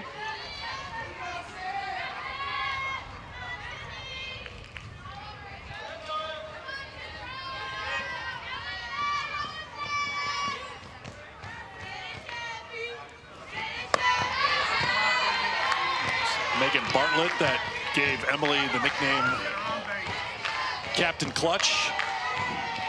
Arizona State could use a little bit of that right now here in the sixth, down a run. Well, Coach had talked about after last night's game just about how the defense can be something that fires them up. She said that the defense can sometimes put a bit of wind in their sails, and they're a team that likes to capitalize on that defensive momentum. And what better way to get that momentum than an inning-ending double play like we just saw to end the bottom half of the fifth.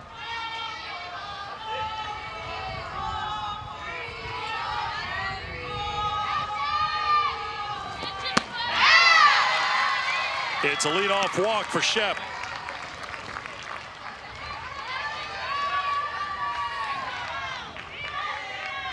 Fourth time in sixth innings that the leadoff has gotten aboard for Arizona State. You wonder here, too, where Sydney Peters is going to pitch Katie Chester. She hit that home run back in the second inning, ended up walking in the fourth inning, and now she's coming up in a big spot here. We're getting later and later into the game. Now, a lot of credit to Sydney Peters for being able to move her pitches on either side of the strike zone, but this just seems like the batter that I would not want to miss over the plate, too. Chester hit the two-run home run in the second, walked in the fourth. Popped her up. Shallow right field. Vragel's got it. Big out there. One down here in the sixth. A little bit of an off-speed there to Katie Chester. 60 miles per hour down and in on the hands. It's a really nice location, and they were going right after her. They were not about to pitch around the strike zone. She pumped in a first pitch strike there, but it works out.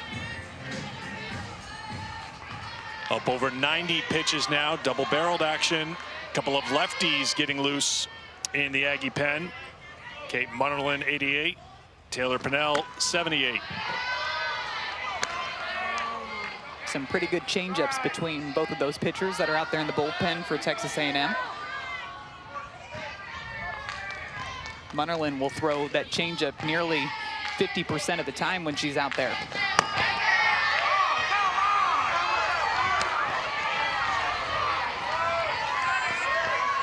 Two 2-0 the count to Ashley Mejia, 0 for 2 today.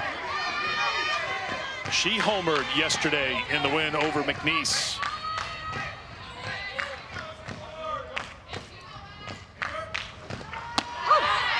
Two and one.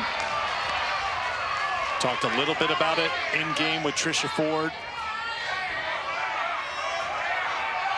Wonder if we're getting a warning here to the third base coach, Josh Bloomer, who's also the hitting coach.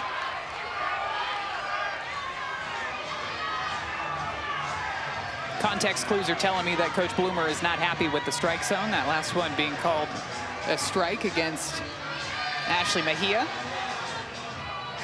Looked like he kind of came out of that third base coach's box, too. Mike Thibodeau is the third base umpire. So it's been logged, a warning for the third base coach. Fly ball to shallow left. Allen's got it. A couple of weak fly balls for Arizona State. Good job by Sydney Peters. I started to talk about Tricia Ford. This staff gave up 5 home runs to Auburn in that SEC tournament game, but Sydney Peters has stepped up big in this game here today. She has worked out of jams. She's given up just the 2 runs. And she's working with a 1-run lead here in the 6th. And I'd imagine the start yesterday and the way that she was able to come out and get those 7 strikeouts in just the 3 innings that she pitched yesterday has to kind of rebuild your confidence a bit, because there was a lot of time between that loss to Auburn and turning around to this College Station regional. So all you can do is really think about that last game, and you're probably just itching to get back out there in the circle. But she did a great job yesterday, and we're seeing that carry over to today. Now, she doesn't have as many strikeouts, but I think she's a pitcher that doesn't need to rely on getting the strikeouts. But we've seen a ton of weak contact off of the bat for Arizona State. Freshman pinch hitter here for Arizona State. Jasmarie Roberts takes strike 1. Roberts batting for Acuna with 2 down and 1 on here in the 6th.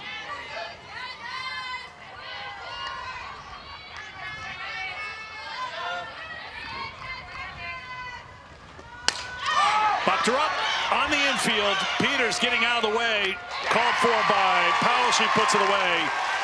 3 pop-outs to end the inning. We've played 5.5. A&M on top by 1 at College Station.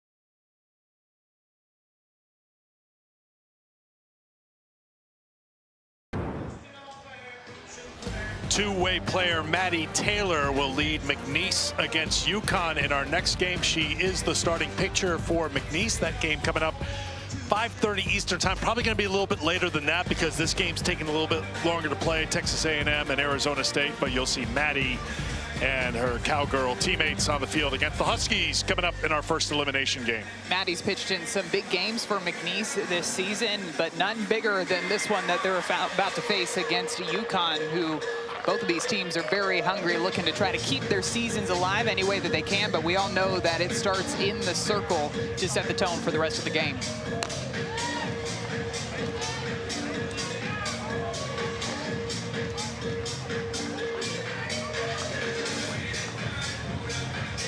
Kenzie Brown getting to work here in the bottom of the 6th. New right fielder for Arizona State, Yazi Avila, freshman, will head out there for Mejia.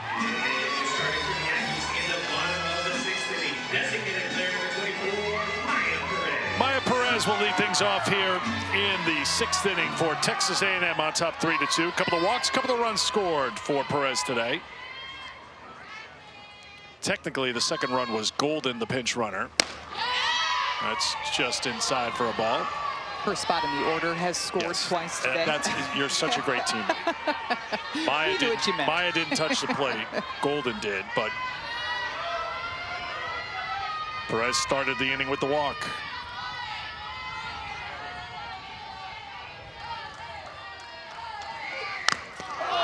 She's on base again.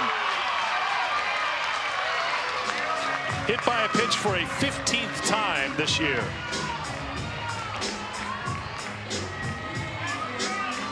You know she's wanting to swing the bat when she's up in the batter's box, but she will take her base. Even that reaction, she wants to swing. This one looks like it gets her on that right elbow guard. Kenzie Brown trying to work the rise ball in. Michaela Work, strike one. Michaela had the big shot for A&M in this game, a 2-run home run with 2 outs. A lot of 2-out runs yesterday. If you remember that Connecticut game in that big second inning, they had 10 of their runs in that second inning with 2 outs. They ended up scoring 13 in the inning. And Michaela Work came up to the plate 3 different times in the same inning.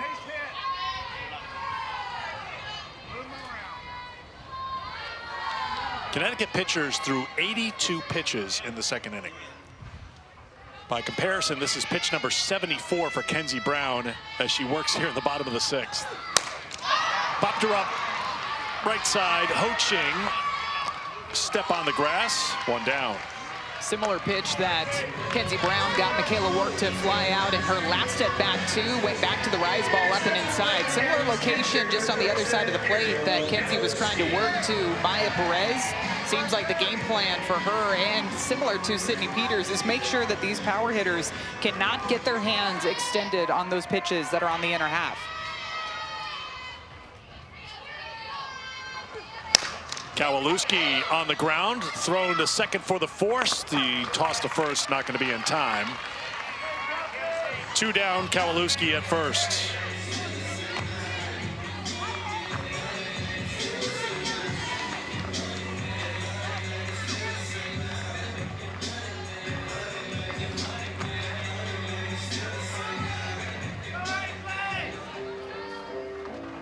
Looks like Ansley Gross will come on to run for the catcher, Kowalewski.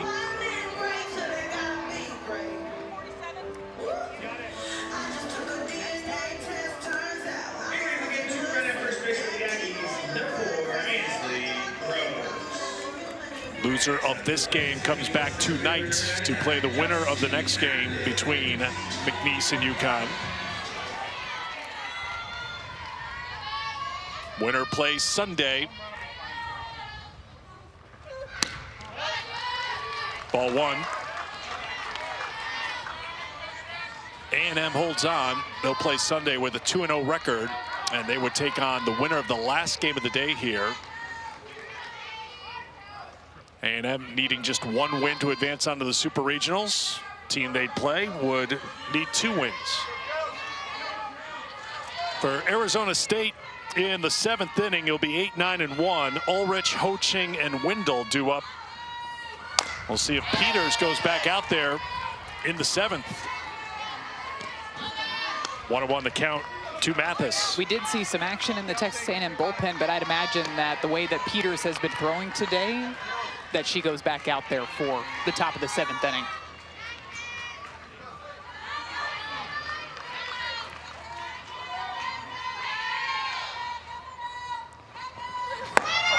There goes the runner. The throw down the second ends up in center field.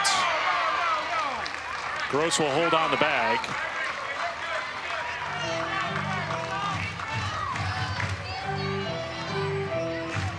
Just looked like that throw from Samantha Swan sailed a bit too far to the right towards the second base side of second base.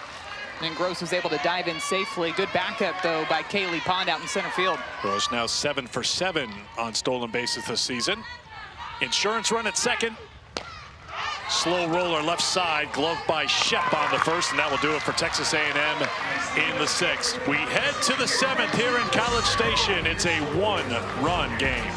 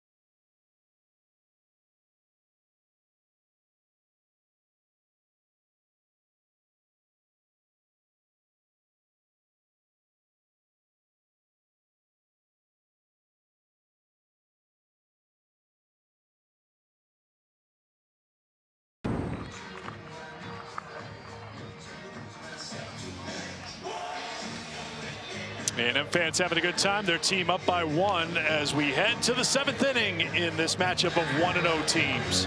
A&M trying to hold on. They've been very good after 6 innings all season long. 24-0 when leading after 6. They have that 1-run lead as we head to the 7th at Davis Diamond. And Sydney Peters is back out there in the circle. She has been throwing so well all game long that even the young fans in the crowd are loving what they are seeing from Sydney Peters. That's the pro move, though. You got to have the fan. I don't know if that's grandma, but that is like a classic grandma move right there. Like, look, my grandchild, there's nothing more important in this world, so I am going to hold this fan here. I don't care if I cramp up. Loving it.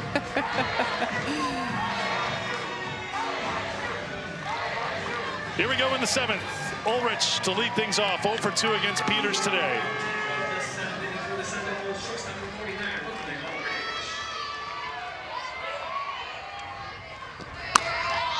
Ball 1. Brooklyn struck out in the 2nd, fouled out to Powell in the 4th. Pitch number 100 from Sydney Peters. This is for a ball. The head coach for Texas A&M, Tricia Ford, handles the pitching staff for the Aggies, so she is very much in tune with what this staff can do and how far she feels like she can go with Sydney Peters. 2-0 is fouled off. You'll see coaches, too, have a plan coming into the game, and maybe Sydney Peters going a couple of times through the order and then see and adjust. Like we talked about, we saw the action in the bullpen, but you've got to read what the game has given you, and I completely agree here. Having Sydney Peters go back out here for the top of the 7th inning, just given the amount of weak contact that we've seen. 2-2.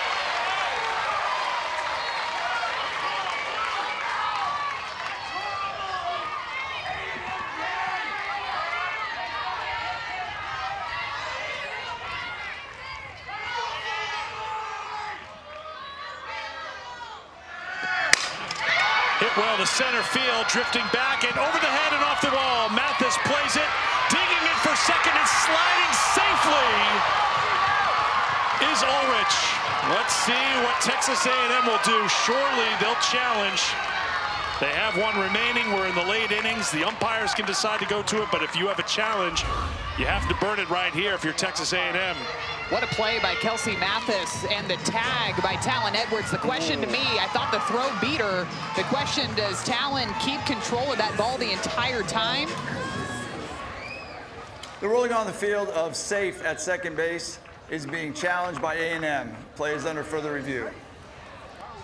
I see Edwards. The first thing you see is the glove hit the dirt, and does Ulrich make an amazing slide to avoid the tag? It's there in plenty of time.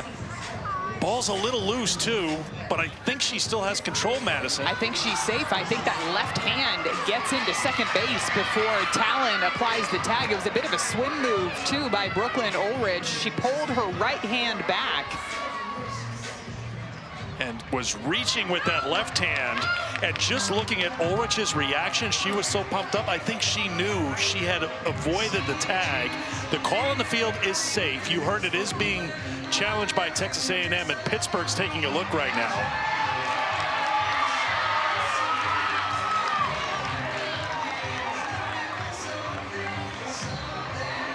You can see a lot of softball there, Madison. She looks to have control of it to me, because right here, even though that glove hit the ground, that ball's not moving. So she looks like she is squeezing with her thumb and her pinky in that glove. You don't see the ball moving.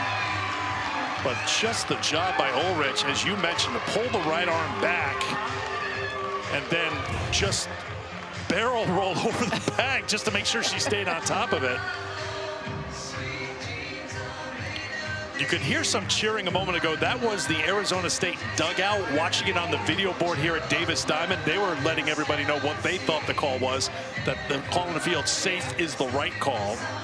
And that's an important element here as well. Safe was the call on the field. Do you see enough to overturn the call? Would be one of the biggest questions being answered right now in Pittsburgh. And that read came all from Brooklyn as she was rounding first base, because that ball was in front of her the entire time. So she decided to go ahead and try to take second base. She's still stoked about it over that second, as she should be. Still a gamble, though, because Mathis, even though she tried to make a play in the air, she recovered pretty quickly, played it off the wall, and got the throw in there. And I think what Tricia Ford and her staff saw was the throw was there in plenty of time. Agreed. The throw Yes. beat the runner, and a lot of times you're like, hang on a second, this has got to be out. But I think the slide by Ulrich is going to be the difference here. And this call, at the very least, should stand, if not confirmed. But that's just our guess here. The call is being made in Pittsburgh. The call has been made in Pittsburgh. And here's Mike Bartling with the announcement. After review, the call of safe stands. She's safe. That's the second challenge for A&M. They have no challenges remaining. They have no challenges remaining. The umpires can initiate a challenge here, though, if needed. So a leadoff double for Brooklyn Ulrich. She has her first hit of the regional. It comes at a big time. And we'll have a pinch runner here for Arizona State. Amanda Lewis will come in and run. Outside of the home run by Katie Chester, that was the hardest hit ball that we have seen today from Arizona State. Came off of her bat at 71 miles per hour. Another one of those rise balls that was more on the outer half, and she tattooed it out to center field. So here's the number 9 hitter, Ho Ching. You have to think bunt all the way right here on the sacrifice. I'd be bunting. And she lays it down. It's a good one. Powell only has a play at first. The sacrifice successful. Lewis to third with one out. Textbook fundamental softball right there. Leadoff double, especially late in the game. It's turning the lineup over. You go ahead and put down the sacrifice bunt, move that runner over to third base, and now you have a ton of different ways that you can score the tying run from third. Sac fly, base hit, you name it. Tanya Wendell's going to do whatever she can to drive in this run. Here is the leadoff hitter, Tanya Wendell, the senior. 0 for 3 today. Skipped up, ball one, blocked by Kowalewski. Nice job by Kowalewski back behind the plate. Pitch bounced well out in front. Kept it in front of her, though.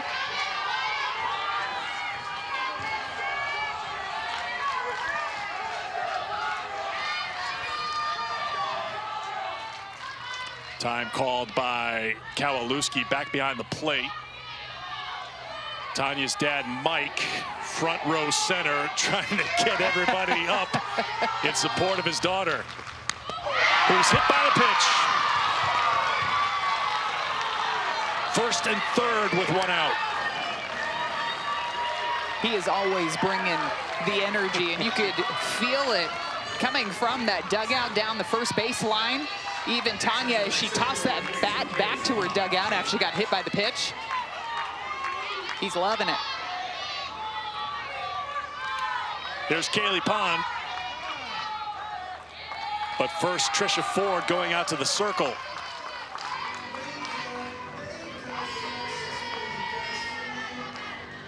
Is this how do we pitch Pond, or is this a pitching change? Looks like a strategy session and sticking with Peters. I'm leaning more strategy here, and given, one, the way that Sydney has pitched so far today, but also looking at the way that she's pitched to the top half of this order, 1 through 3 in the order, they've gotten on base, whether it's been by walks or hit batters, but they do not have a base hit between them. So it also could be to slow things down a bit too, because you can feel the energy, the momentum, and I'm sure a lot of it's coming from Mike Wendell down the first baseline, but you can feel it starting to pick up in that Arizona State dugout. So oftentimes calling time can settle everybody down and try to do whatever you can to get that momentum back into your dugout. There's another veteran player, 6-year grad student, Kaylee Pond, who has battled injuries throughout her career at multiple schools. Big spot here with this Arizona State team. Now they're off for strike one. Pond flied out in the first, hit by a pitch in the third, walked in the fifth. Homered yesterday in the win over McNeese, her 15th of the season. She's got power. Peters up to 107 pitches. Here's 108. Line shot, base hit, it's a tie game. Arizona State comes through in the 7th. Kaylee Pond delivers. 3-3. when a pitcher is pitching well all game long, sometimes you have to go up there and you have to take a chance. You have to swing at a pitch that's probably going to be called a ball. And that's what happens here with Kaylee Pond. She goes up there with a plan to drive the pitch on the outer half. And so what? It's a couple of inches off of the plate. She still smokes it back up the middle, 74 miles per hour off of her bat to tie up this ball game in the top of the 7th. And that's going to do it for Sydney Peters as Ford is back out to make a pitching change. Kaylee Pond's going to take the opportunity to make sure she celebrates with everybody in the dugout after that go-ahead single. We mentioned the battles with injury. She played at Cal the last 2 years. She was at Iowa State before Cal. She's had multiple knee injuries. She missed 2 seasons total with injuries. And with her collegiate career winding down, she comes up with a huge hit in the College Station Regional. And this is a team who all season long has been dealing with injuries. You've heard Coach Bartlett talk about how resilient this team is and how they've dealt with adversity. And one of the players she talked about was Kaylee Pond, being able to step up in that leadoff spot when Tanya Wendell was injured earlier this year. And she steps up again in the biggest moment for Arizona State.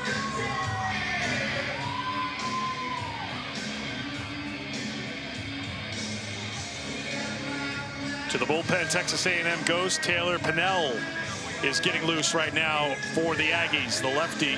Madison talked about the changeups. The senior making her 19th appearance of the season. 16th in relief. She's thrown 25 innings. Opponents hitting .303 against Pinnell on the season. When you think about Taylor Pinnell, you think about her being able to thrive in the closing role. You don't often see closers in softball, but I think she's somebody who has done a really good job with that throughout her career. You'll see her throw the curveball and the rise ball, but it's that changeup. She will throw it early. She will throw it often. She will throw it back to back.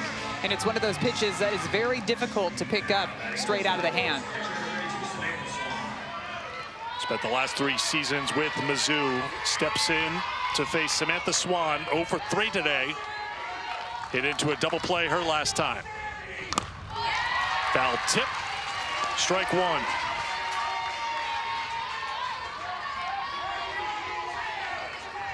Oh for 3 today, was 2 for 4 with a home run yesterday. 2 on with 1 out. 1-1.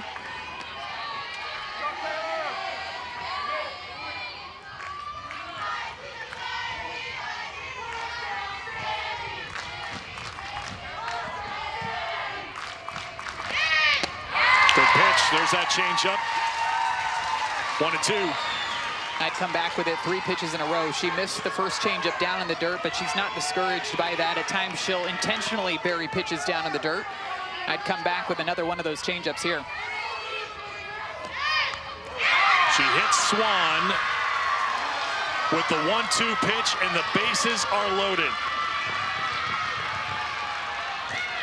Came back with the changeup, just hung on to it a bit too long. The pitch before was perfectly executed, got her into a 2-strike count, and then it hits Samantha Swan on that left shoulder. 2 free passes already in this inning.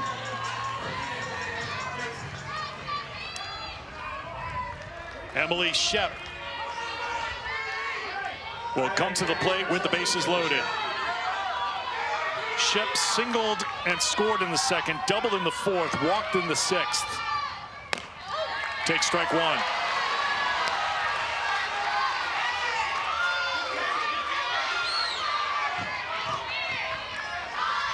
Shep 4 for 6 with the bases loaded this season. Takes a ball.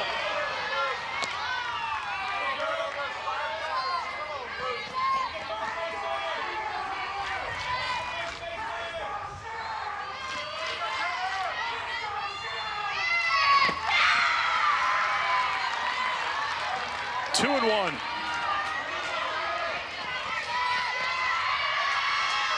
Ulrich started the inning with the double. Hoaching with the sacrifice.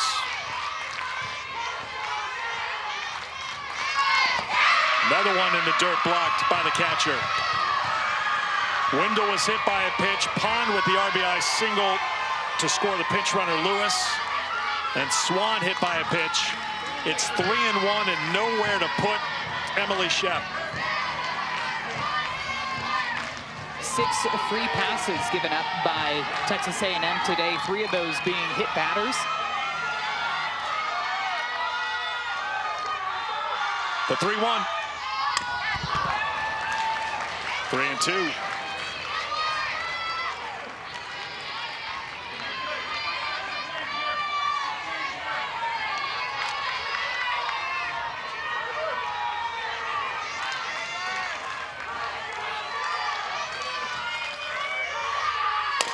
Ground ball, gloved, tagging the bag to get the out. A run does score to put Arizona State in front. Probably keeping another run off the board was Talon Edwards with a great play, but the Sun Devils are in front in the 7th.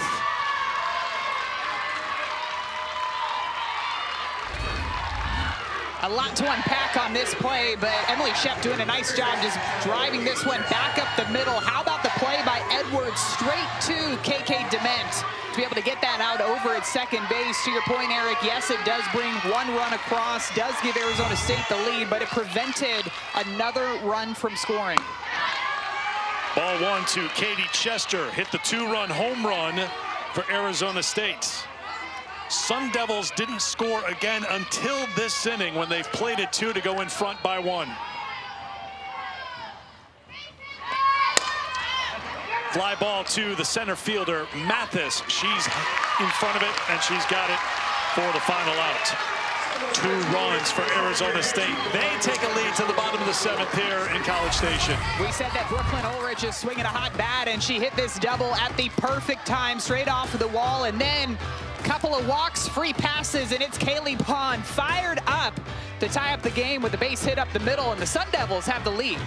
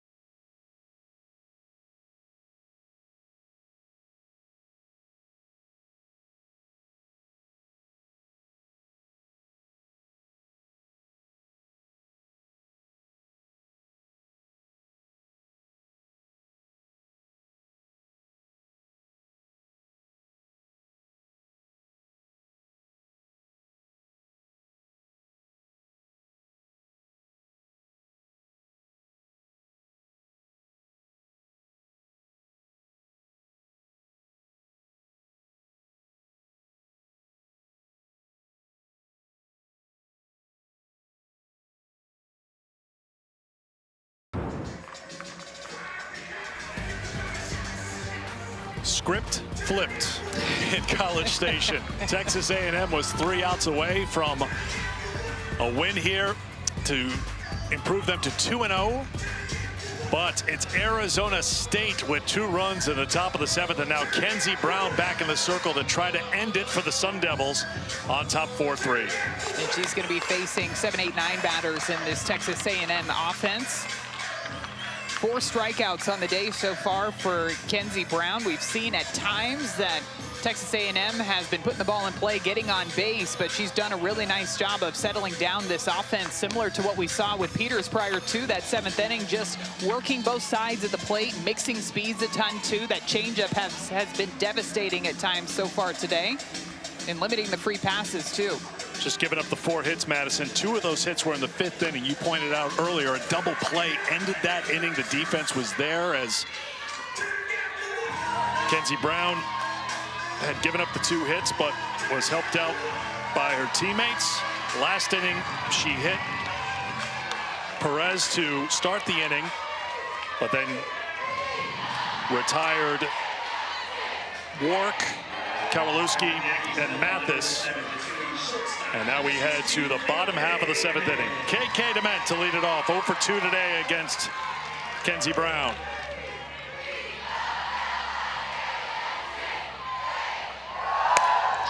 Popped up on the first pitch. Ho Ching is under it. Quickly 1 down.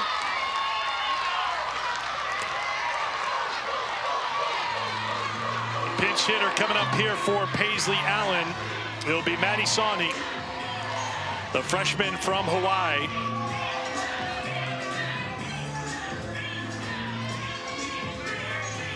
We saw Sawney yesterday in a pinch hitting role. She had an RBI single. She's been a good pinch hitter this year, 9 for 19 as a pinch hitter. She steps in with 1 out here in the 7th.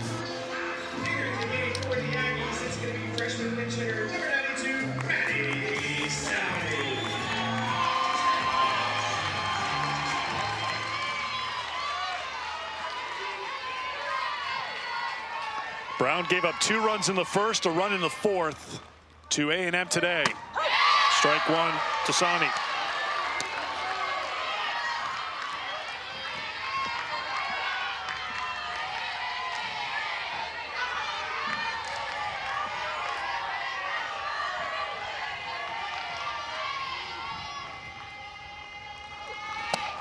Tried to check.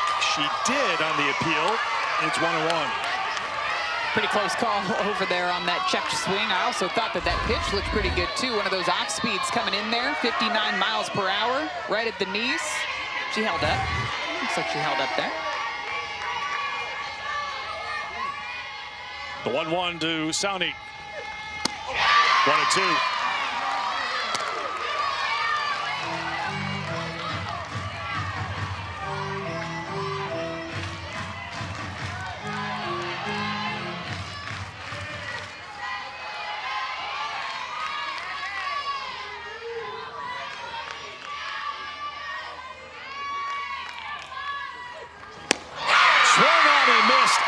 Change-up, 2 down. When that pitch is working, you just keep throwing it and throwing it and throwing it, especially when Sawney just hadn't had a chance to see it at all this game, being a pinch hitter coming in at the bottom of the 7th. That was 3 change-ups in a row. Such great spin on this pitch, too, to be able to pull the string. Kenzie Brown is loving it out there in the circle. 5th strikeout for Brown. Her first since she struck out the side in the 2nd inning. 2 down, and here's Frankie Fragile, the number 9 hitter, 1 for 2 against Brown today. Of those 5 strikeouts today, 4 of them have come off of the changeup.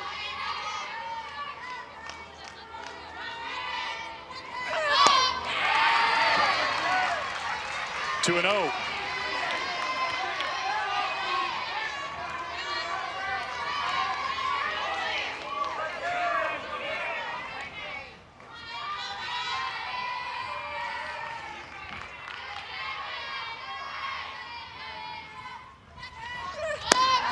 Ball 3.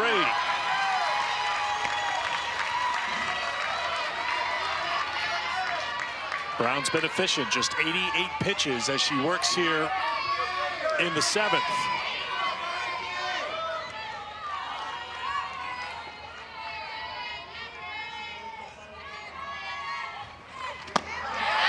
But it's a 4-pitch walk to the number 9 hitter, which means Kennedy Powell will come to the plate with a tying run at first. We know that Kenzie Brown has a tendency to pitch around the outside of the zone, so at times the walks can kind of creep up, but that was not the time to walk a batter, especially the 9 spot. And it's flipping over towards the top of the order. Kennedy Powell with a base hit in her last at bat out to right field. 1 for 3 today. Crowd getting on Brown with the ball 6 chant right now.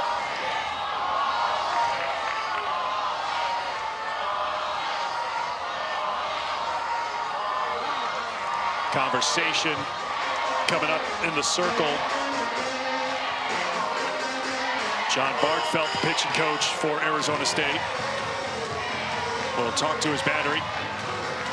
Brown and Swan. Really the last 6 pitches too, she's been trying to work that rise ball in the lower part of the zone, and she's just missing it. It looks like it's falling out of her hand just a little bit. So trying to get back on track with that rise ball so that she can use that changeup. You also wonder too if Coach Bartfeld was hoping that maybe the walk out to the circle might stop some of the chants in the stands, but did not discourage the Aggie fans at all. They're determined and stubborn. I mean that in a loving way. 1-0, the count to Powell.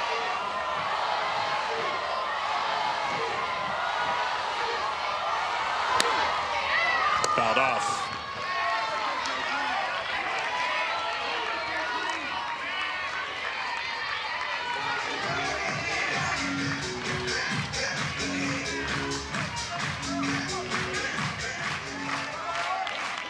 Kennedy Powell, first team all-conference selection in the SEC this year.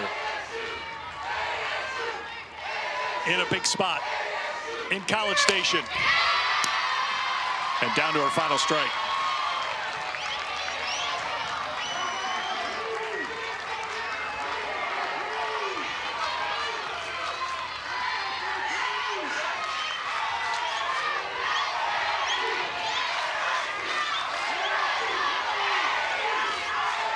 Kenzie Brown brings the 1-2 pitch. Swung on and missed. Arizona State comes from behind, and they improve to 2-0 in the College Station Regional. This is an Arizona State team that just continues to battle, continues to fight. Whether it's injuries earlier in the year or falling behind in the game, they are going to just chip away and try to figure out a way to win. And that's exactly what we saw from this team today. Led, of course, by Kenzie Brown out there in the circle. Ended up with 6 strikeouts on the day, and the offense coming through when they needed it. Tons of senior leadership. Mike Wendell loves it. Bringing the energy in the stands all game long. Mike just got chased off the dugout. he got a little a little overzealous down there celebrating the victory. Arizona State didn't have a lead until the 7th inning. But if you're going to get your first lead of the game, the 7th inning is a perfect time to do it. 4-3 the final. As Arizona State improves to 2-0. Texas A&M will have to come back and play tonight in an elimination game. Let's take a look at our Capital One rewarding performance delivered off the bat of Kaylee Pond. We saw a lot of moments in this game where the Arizona State team was fired up, but none bigger than this moment for Kaylee Pond. Going to celebrate with her teammates, the go-ahead run on the base hit back up the middle, especially off of Sydney Peters, who really had been dealing all game long. To be able to string together a couple of big hits in that moment when your team was down, huge for Kaylee Pond to be able to come through. A lot going on down there. I hope Kaylee Pond can hear me. Kaylee, can you hear us? All right, you've got, you know what, just stare off into space. You do whatever you want because you brought in the game-winning run. Congratulations, your teammates are there to help you out. What does this moment mean to you and your teammates? Because Madison just talked about you've been through a lot this year as a team, but to be in this moment, 2-0 in College Station, what's that feeling like? Oh my gosh. Oh, center field. Hey, all right now. I mean, it's amazing. We know that now we only have to focus on the next game, win one tomorrow. That's the big one. And yeah, I mean, momentum. We've been struggling through injuries. I mean, we're a very injury-prone team, and I feel like we're just peaking at the right moment.